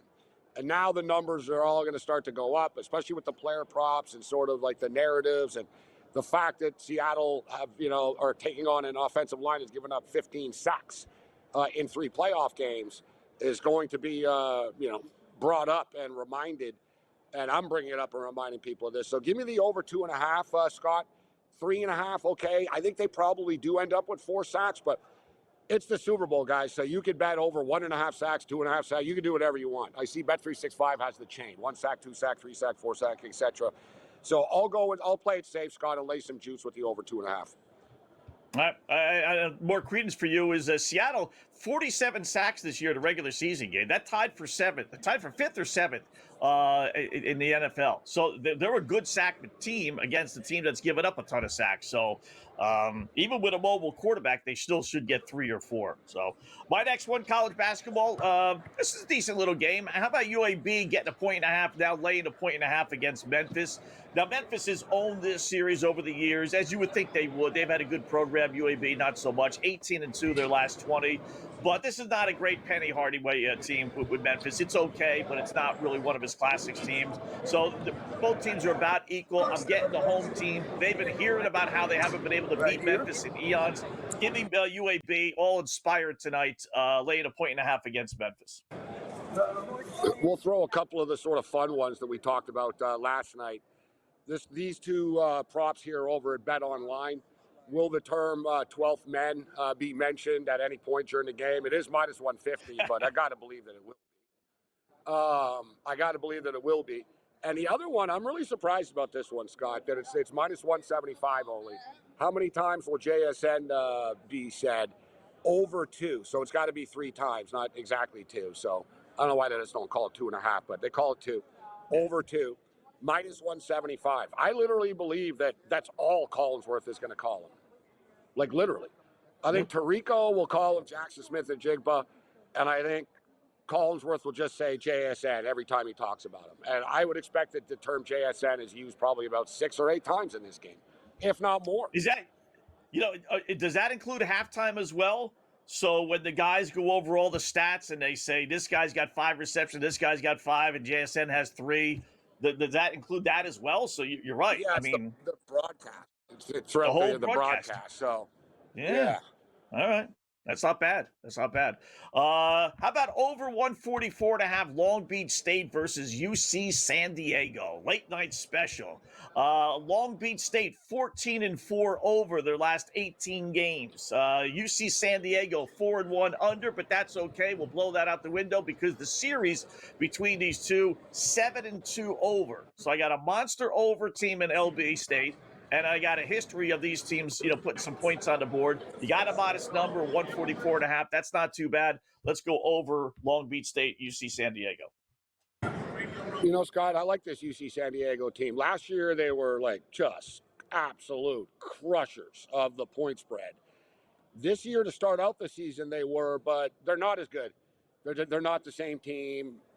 They're losing now. Like they used to they lose by margins now. Like before when they would lose, it'd be like, oh yeah, they lost by 1 or something. They lost by 2. It was a close game, but I can't, they were a go-to team for me, Scott, for a while. For like the last sort of year and a half or type thing. I was all over this team, but now I'm off. I've backed off them. Yeah. We got a bunch of props that we're going to get to here. But I will say, it's goofy today. It is kind of like, it's like the calm before the storm. They don't have really great games. Even in hockey, like I said, Gabe, I really thought the NHL would just overload us with 13, 14 games. It's just let everybody play heading into the All-Star or the Olympic break, whatever they want to call it. But we don't really have that. And the NBA is just like, you go through all that withdrawal of all the trades and who's getting traded, who's not getting traded. In the end, no one really, the major players did, except for Anthony Davis, I suppose. But it is kind of the calm before the storm. That is for sure. In the NHL, they play tonight and the teams leave tomorrow for Italy. They didn't know. It's really scheduled.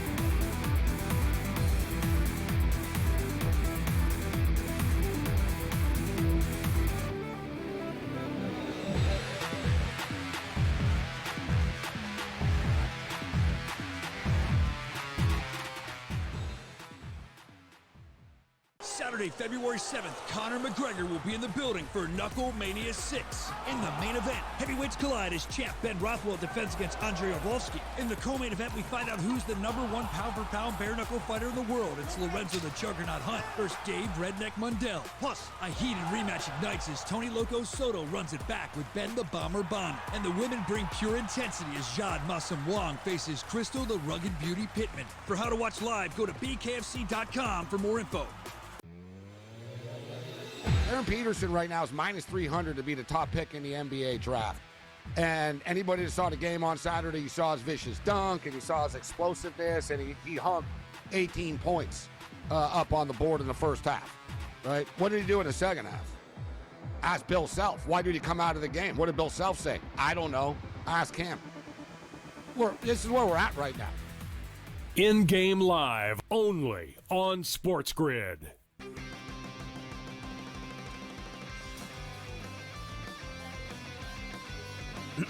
Class is in session. Today, let's talk about the teaser. A teaser is a multi-leg bet where you shift the point spread in your favor. You get better numbers, but every selection has to win. It doesn't matter what you bet if you don't have the insights. Tune into SportsGrid and get ahead of the class. Heads or tails? Over or under? Seahawks, Patriots. Don't stress. SportsGrid breaks it all down. They are locks. We can capitalize. We're going to see a ton of over money. Props, expert guests, and smart insight leading up to the big game. Oh my God, if Sam Darnold wins the Super Bowl. Only on SportsGrid.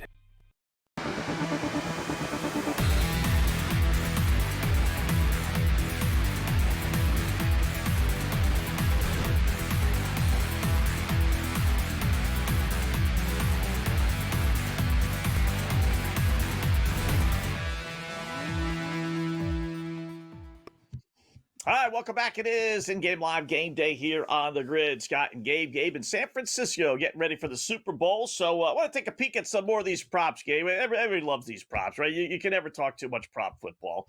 I'll throw a couple out, and you give me your reaction. I like this one. I like the over on this one. How about lost fumbles in the game? 1.5. Plus 215 on the over.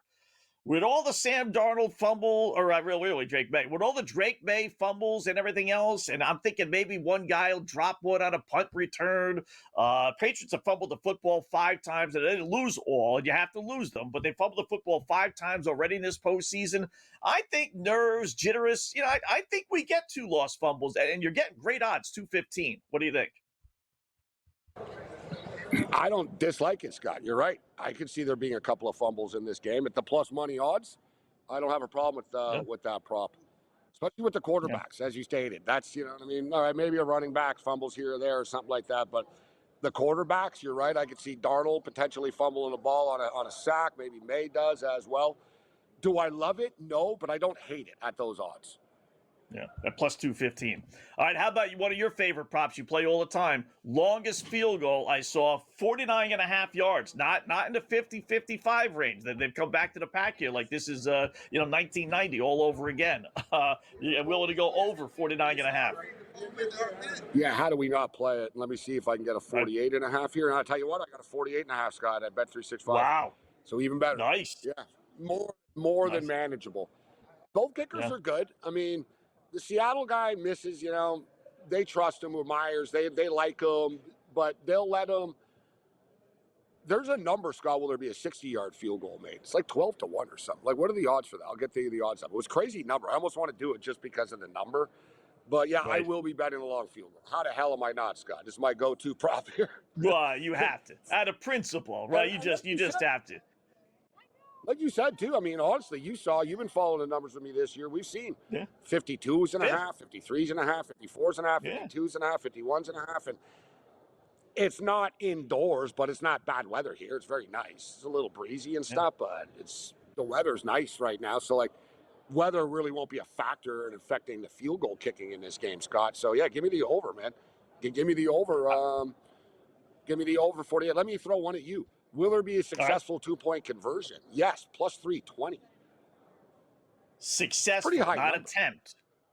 Yeah, successful. I don't like that. I got to look that up tomorrow or tonight. I don't think these teams you'd rather have had that the many. attempt one? I'd rather have the you attempt. could bet will there be an attempt. Yeah, I'd rather have the less odds. But no, okay, go ahead and screw up. And these dopey head coaches with the goofy plays they run right at that 1 yard line instead of just doing a tush push. What's your correct score range? Because I'm sort of flip-flopping a little bit. I was in the 31-21 type of thing, 30-21. Right. I kept on coming back to that. And now I'm like, you know what? It might be a little bit closer, actually, than that. Like, I'm not ready to say that Seattle's just going to dominate them in this game. I'm, we do this all the time, right? You and I, we've been hosting here all football season. And what's the score I always do, right? I always do winning team 27-21. And You know, Gabe, I didn't do it for the college football championship game. And if you remember correctly, the winning score was 27-21. I kicked That's myself. crazy. I'm You still didn't do it. a You month didn't do it. later. That's right. I didn't even think of. I didn't even think about it. So I can't even say, well, you thought about it, and then I for whatever reason I Once did. this So I year, got to go almost prime time 27-21. games. Yeah, I remember it hit once. You remember it was the Dolphins and Jets, I think. I remember one of those Yeah. games. It did go. And there was a couple of times Yeah. where it was close. It was like, oh, yeah, if that field goal or this or like, you know what I mean? It was sort of if, ands, and buts. But you did hit it once. And it was a nice number. Look, 28-24. And no one likes to give that, right? No one wants to give that score because it's right on That's the point score. spread. Right? You know what I mean? But And that's the more score of often the than not, other that's one. reality. That's reality, Scott. Like, it's not sexy, but reality's not sexy sometimes. That's the score. Yeah. I sort of got a 28-24. Let's bring Doug over here. We're live, Doug. We're just throwing final score predictions out here. I said nobody wants to hear 28-24 because it's right on the freaking number. Right. But right. 28-24 can happen, Doug. That's an over. Yeah, so 200-1. Seattle wins. 28-24. Patriots to win 28-24. 350-1. Doug, the great Doug is there. Doug, what are you looking at the game? What's the final score ballpark figure you're looking at? You said squeeze in here, Doug, and say hi to the chat. I don't know. I mean, honestly, like, I would guess like 23-13.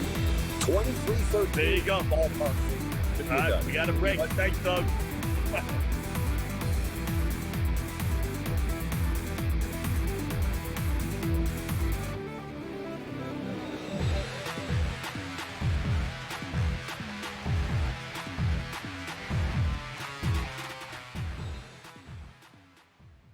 Saturday, February 7th, Conor McGregor will be in the building for Knuckle Mania 6. In the main event, heavyweights collide as champ Ben Rothwell defends against Andrei Arlovski. In the co-main event, we find out who's the #1 pound-for-pound bare-knuckle fighter in the world. It's Lorenzo the Juggernaut Hunt versus Dave Redneck Mundell. Plus, a heated rematch ignites as Tony Loco Soto runs it back with Ben the Bomber Bonner. And the women bring pure intensity as Jade Massam Wong faces Crystal the Rugged Beauty Pittman. For how to watch live, go to bkfc.com for more info. Aaron Peterson right now is minus 300 to be the top pick in the NBA draft. And anybody that saw the game on Saturday, you saw his vicious dunk and he saw his explosiveness, and he hung 18 points up on the board in the first half, right? What did he do in the second half? Ask Bill Self. Why did he come out of the game? What did Bill Self say? I don't know. Ask him. This is where we're at right now. In-game live only on SportsGrid.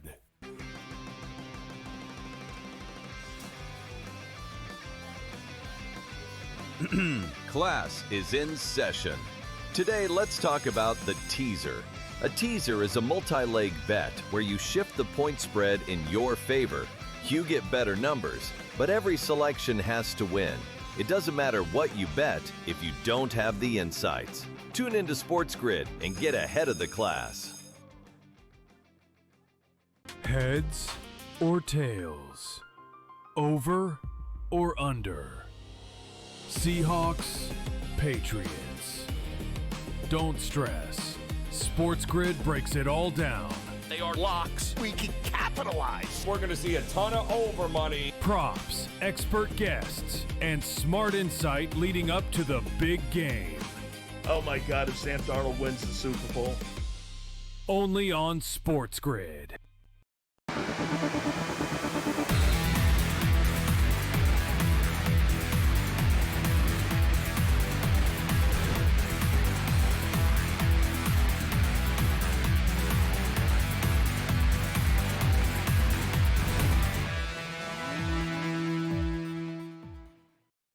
And welcome back. It is in-game live game day here on the grid. Scott and Gabe, hour number 2, talking some NFL Super Bowl 60. Let's welcome in our good buddy, Sirius XM NFL radio host. You see it here all the time. Approaches us here on the grid. Mr. Zig Fracassi, my good buddy. What's going on, Zig? How are you tonight?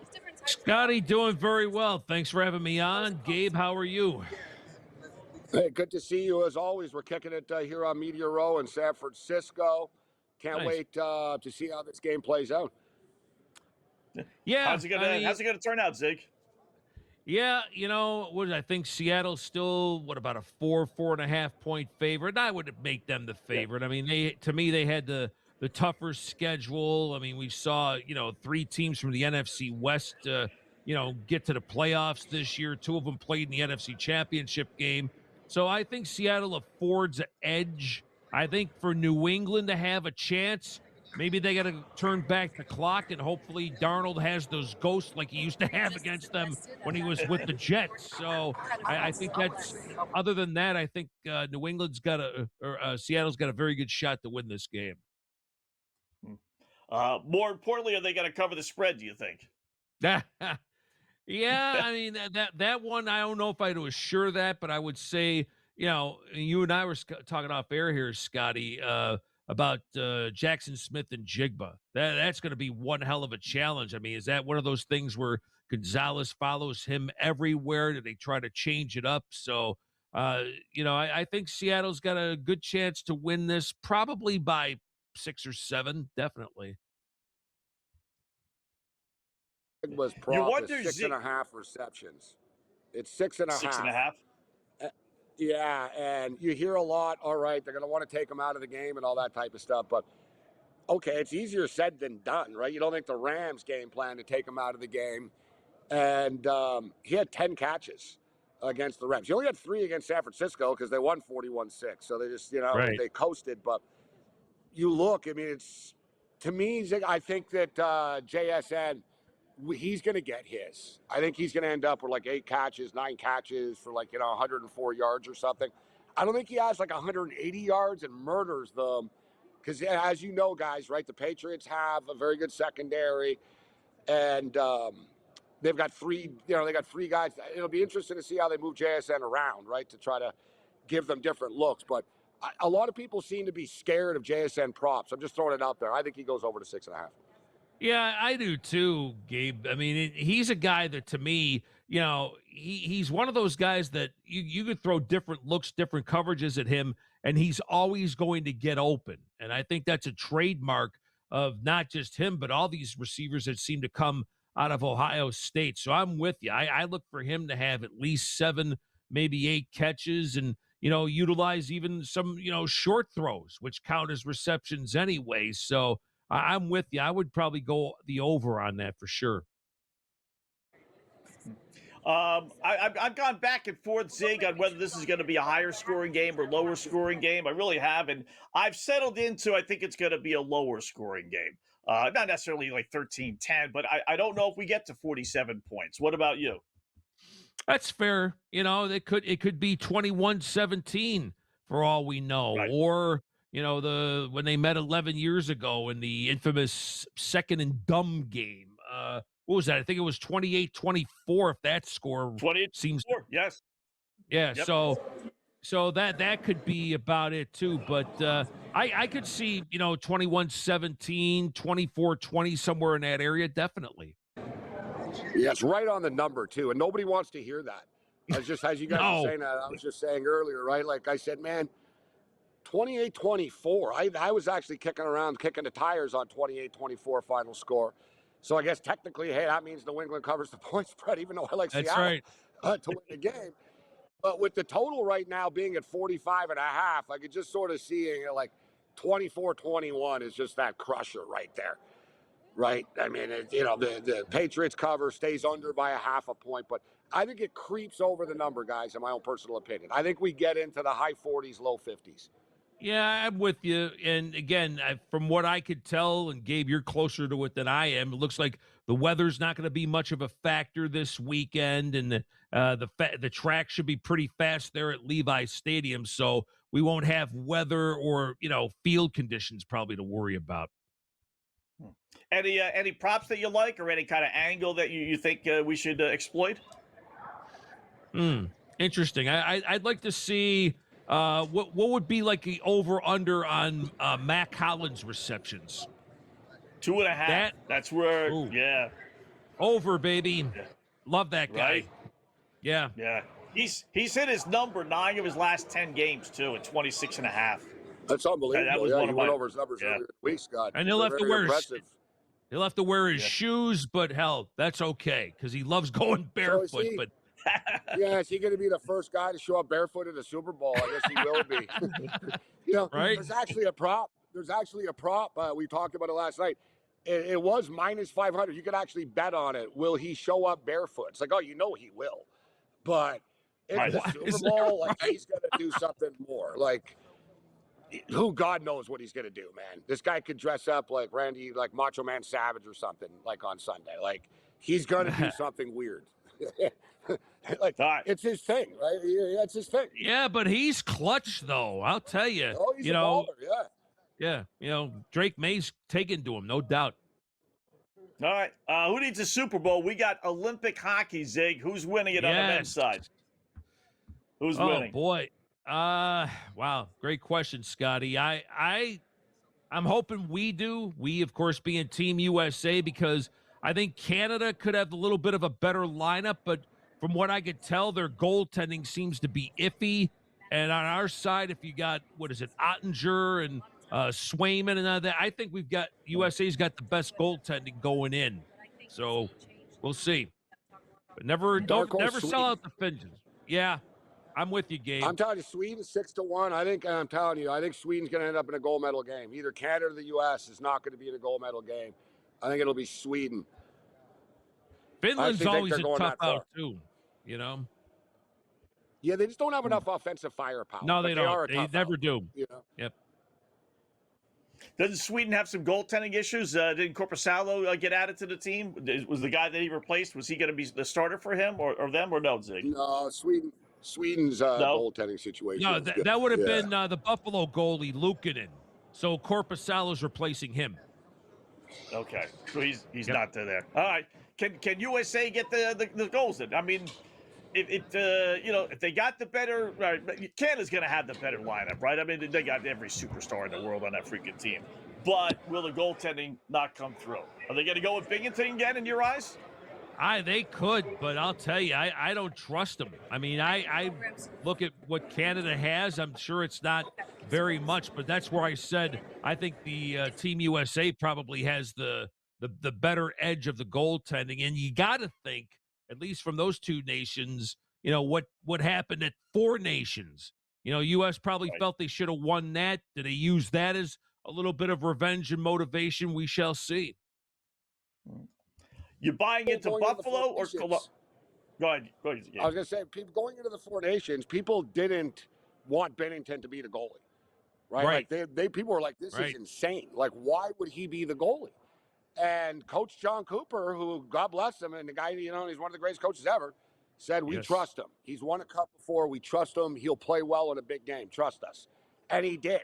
He made a big save in overtime. They would have lost. Now he's even worse, guys, this year. He's terrible. I know. Yeah. So he's even worse. And it's like, well, we have this loyalty thing. When it's all said and done, my prediction is you guys will see Logan Thompson will be the Team Canada goalie as the tournament goes on. I like that. Very good with the Capitals. Yep. He'll be the guy. That's my prediction. They're going to start, I think they start Bennington against the Czech Republic, Czechia. And if he plays, it'll be a game-by-game thing. But the leash has to be short, like if your team can. Zig, great job, man, as always. Do appreciate it. All right, guys. Zig Cassidy, Sirius XM NFL Radio. Thanks, Zig.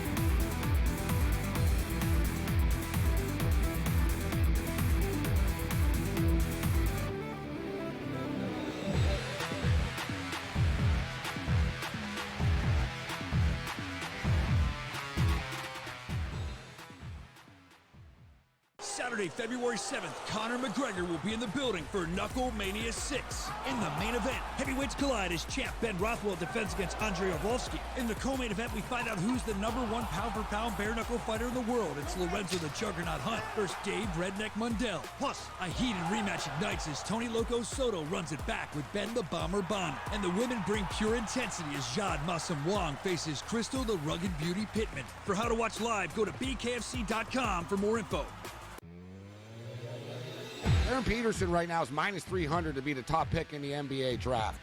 And anybody that saw the game on Saturday, you saw his vicious dunk and he saw his explosiveness, and he hung 18 points up on the board in the first half, right? What did he do in the second half?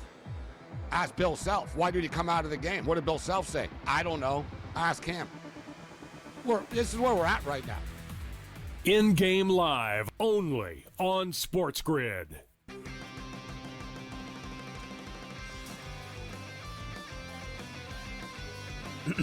Class is in session. Today, let's talk about the teaser. A teaser is a multi-leg bet where you shift the point spread in your favor. You get better numbers, but every selection has to win. It doesn't matter what you bet if you don't have the insights. Tune into SportsGrid and get ahead of the class. Heads or tails? Over or under? Seahawks, Patriots. Don't stress. SportsGrid breaks it all down. They are locks. We can capitalize. We're going to see a ton of over money. Props, expert guests, and smart insight leading up to the big game. Oh my God, if Sam Darnold wins the Super Bowl. Only on SportsGrid.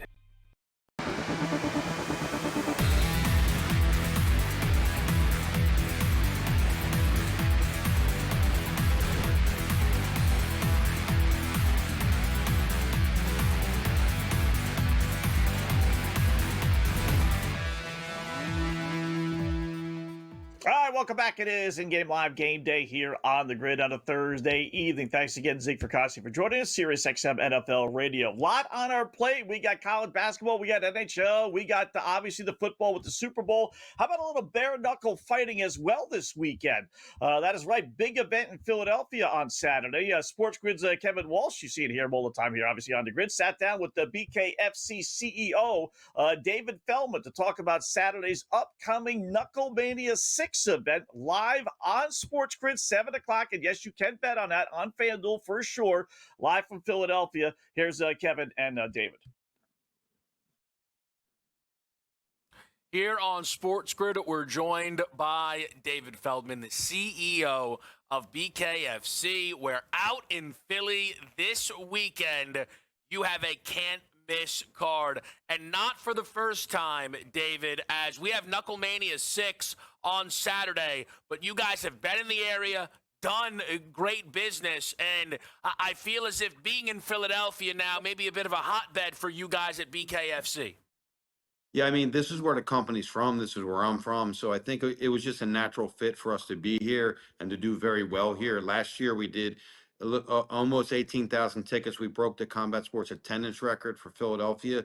And this year, we're actually on pace to break that. So things are looking very, very good here in Philadelphia. We've got an unbelievably stacked card from top to bottom. And we got it on 6 different platforms to watch. So the viewership is going to be very, very wide. We're expecting about 3 million live viewers to this and a crowd of over 18,000. So we're very, very excited. That's incredible. I know it'll be live on SportsGrid, one of the places that you will be able to watch Knucklemania 6, David. You are coming off of that press conference there. I'll tell you, I'm not from Philly. I am an Eagle fan, so I know what the atmospheres can be like out in Philadelphia. How is the buzz and the atmosphere heading into this thing? Incredible buzz. I mean, unfortunate the Eagles didn't make the Super Bowl, but for us, unfortunately, say fortunate, because the buzz is all over Knucklemania right now. It's all over. It's everywhere. Every billboard, every news station, every radio station. It's just everywhere that we want it to be. Buzz is incredible. We sold out all the tickets. We opened up another 2 sections. So I think we're going to be in great shape on Saturday night. Just very, very excited because it is my hometown. This is where I started the thing. I started this thing 4 blocks away from here with 4 people in attendance, and now I'm selling out the Xfinity Mobile Arena. That's beautiful, man. I love stuff like that. I think it's important. Like, I'm a Queens guy, but, the hometown stuff, it makes a difference. At the top of this card, you guys have a great one in Ben Rothwell against Andre Arlovsky, and Arlovsky in what will be his second fight, I believe, in the BKFC against Ben Rothwell. Listen, not that people wouldn't be sitting down for the main event, but this will be his 5th fight of the first 4. 3 of them, I think, were done inside a minute here. So what are you looking for with this heavyweight showdown? I mean, if you just talk about bare knuckle itself, you have to say Ben Rothwell is going to walk right through Andre Arlovsky. But now you're talking about a Ben Rothwell that also lost to Andre Arlovsky twice in the UFC. So he's got something going on in his head saying, wow, can this guy beat me again? Is he going to come over here? Is he going to do it? And Andre Arlovsky has to be going in with another level of confidence because he did beat Ben Rothwell twice. But with all that being said, I think we're going to have an explosive heavyweight matchup because they both know what they need to do, and it's going to be a great fight, and I'm very, very excited for it. I don't think it goes past 2 rounds, but I think it's going to be an amazing fight. Well, I'll tell you this, and one thing I know about the folks here at SportsGrid is they love a good fight. Love the chance to bet on a fight, David, and you guys are partnered up with the FanDuel Sportsbook to allow your fans to do exactly that. Yeah, FanDuel Sportsbook will be our official betting partner for this event. It's going to be amazing. Any $5 deposit will get you a $200 bonus with FanDuel betting on BKFC this weekend. So tremendous value, great sportsbook, and they got really good odds there. Yeah, and I've gone through. If you guys go over to the BKFC website, you can kind of see some of those early odds and get an idea. Yeah. And look, some of these, we know when it comes to, combat sports, you occasionally have these big favorites. Sometimes you have the young up-and-comer that everyone's excited to see. Is there anything outside of that main event, David, that you are really excited to watch on Saturday? I mean, really, honestly, the co-main event is probably going to be one of the best, most intriguing fights in BKFC. It's our number 1 pound-for-pound fighter, Dave Mundell, stepped in on 10 days' notice to come in and take on the number 2 pound-for-pound fighter, Lorenzo the Juggernaut Hunt, who's coming off of a sensational one-punch knockout victory in California. That's a great, great fight. Really, another toss-up. Then we have Ben Bonner is going to take on Tony Soto. These guys had Fight of the Year last year in Rome, Italy, and they're coming back to Philadelphia now for that rematch. And I just announced today that stakes got even higher because I announced this now as an eliminator fight, meaning the winner of this fight will fight for that 155-pound championship in his next fight. So they're very excited about that. And we have a great women's fight, Crystal Pittman taking on Jade Masan Wong. And then you have another really good fight I'm looking forward to. 2 OG BKFC veterans. Joe Elmore is taking on Mike Richmond. And then again, 8 fights on the undercard, all very evenly matched. It's just going to be a great, great night of fights, but a lot of really opportunities, for coin tosses. And you really have a great opportunity betting on these fights to really not know who's going to win. And I think it creates great odds and, great betting opportunities. Yeah, some of those, undercard fights are straight pick, which I think it adds that intrigue. I know Johnny Cannoli's the nickname. He's one of the bigger favorites on the card, but you love a local boy getting some shine here as well.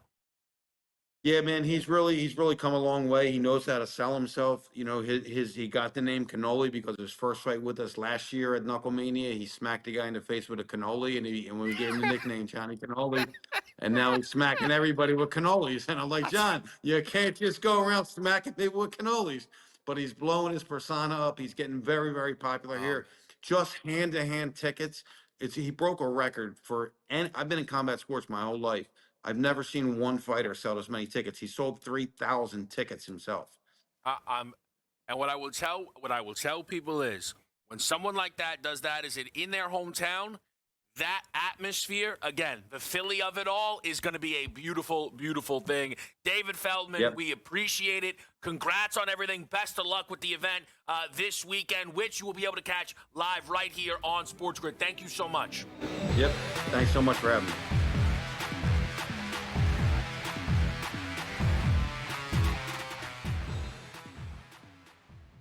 Saturday, February 7th, Conor McGregor will be in the building for Knuckle Mania 6. In the main event, heavyweights collide as champ Ben Rothwell defends against Andrei Arlovski. In the co-main event, we find out who's the number 1 pound-for-pound bare-knuckle fighter in the world. It's Lorenzo the Juggernaut Hunt versus Dave Redneck Mundell. Plus, a heated rematch ignites as Tony Loco Soto runs it back with Ben the Bomber Bonner. And the women bring pure intensity as Jade Masam Wong faces Crystal the Rugged Beauty Pittman. For how to watch live, go to bkfc.com for more info.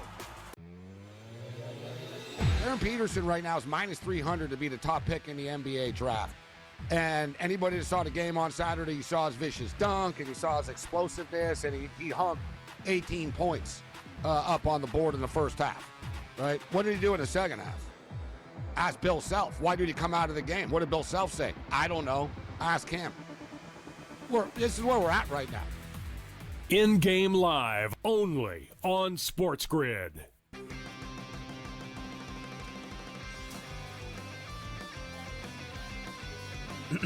Class is in session. Today, let's talk about the teaser. A teaser is a multi-leg bet where you shift the point spread in your favor. You get better numbers, but every selection has to win. It doesn't matter what you bet if you don't have the insights. Tune into SportsGrid and get ahead of the class. Heads or tails? Over or under? Seahawks, Patriots. Don't stress. SportsGrid breaks it all down. They are locks. We can capitalize. We're going to see a ton of over money. Props, expert guests, and smart insight leading up to the big game. Oh my God, if Sam Darnold wins the Super Bowl. Only on SportsGrid.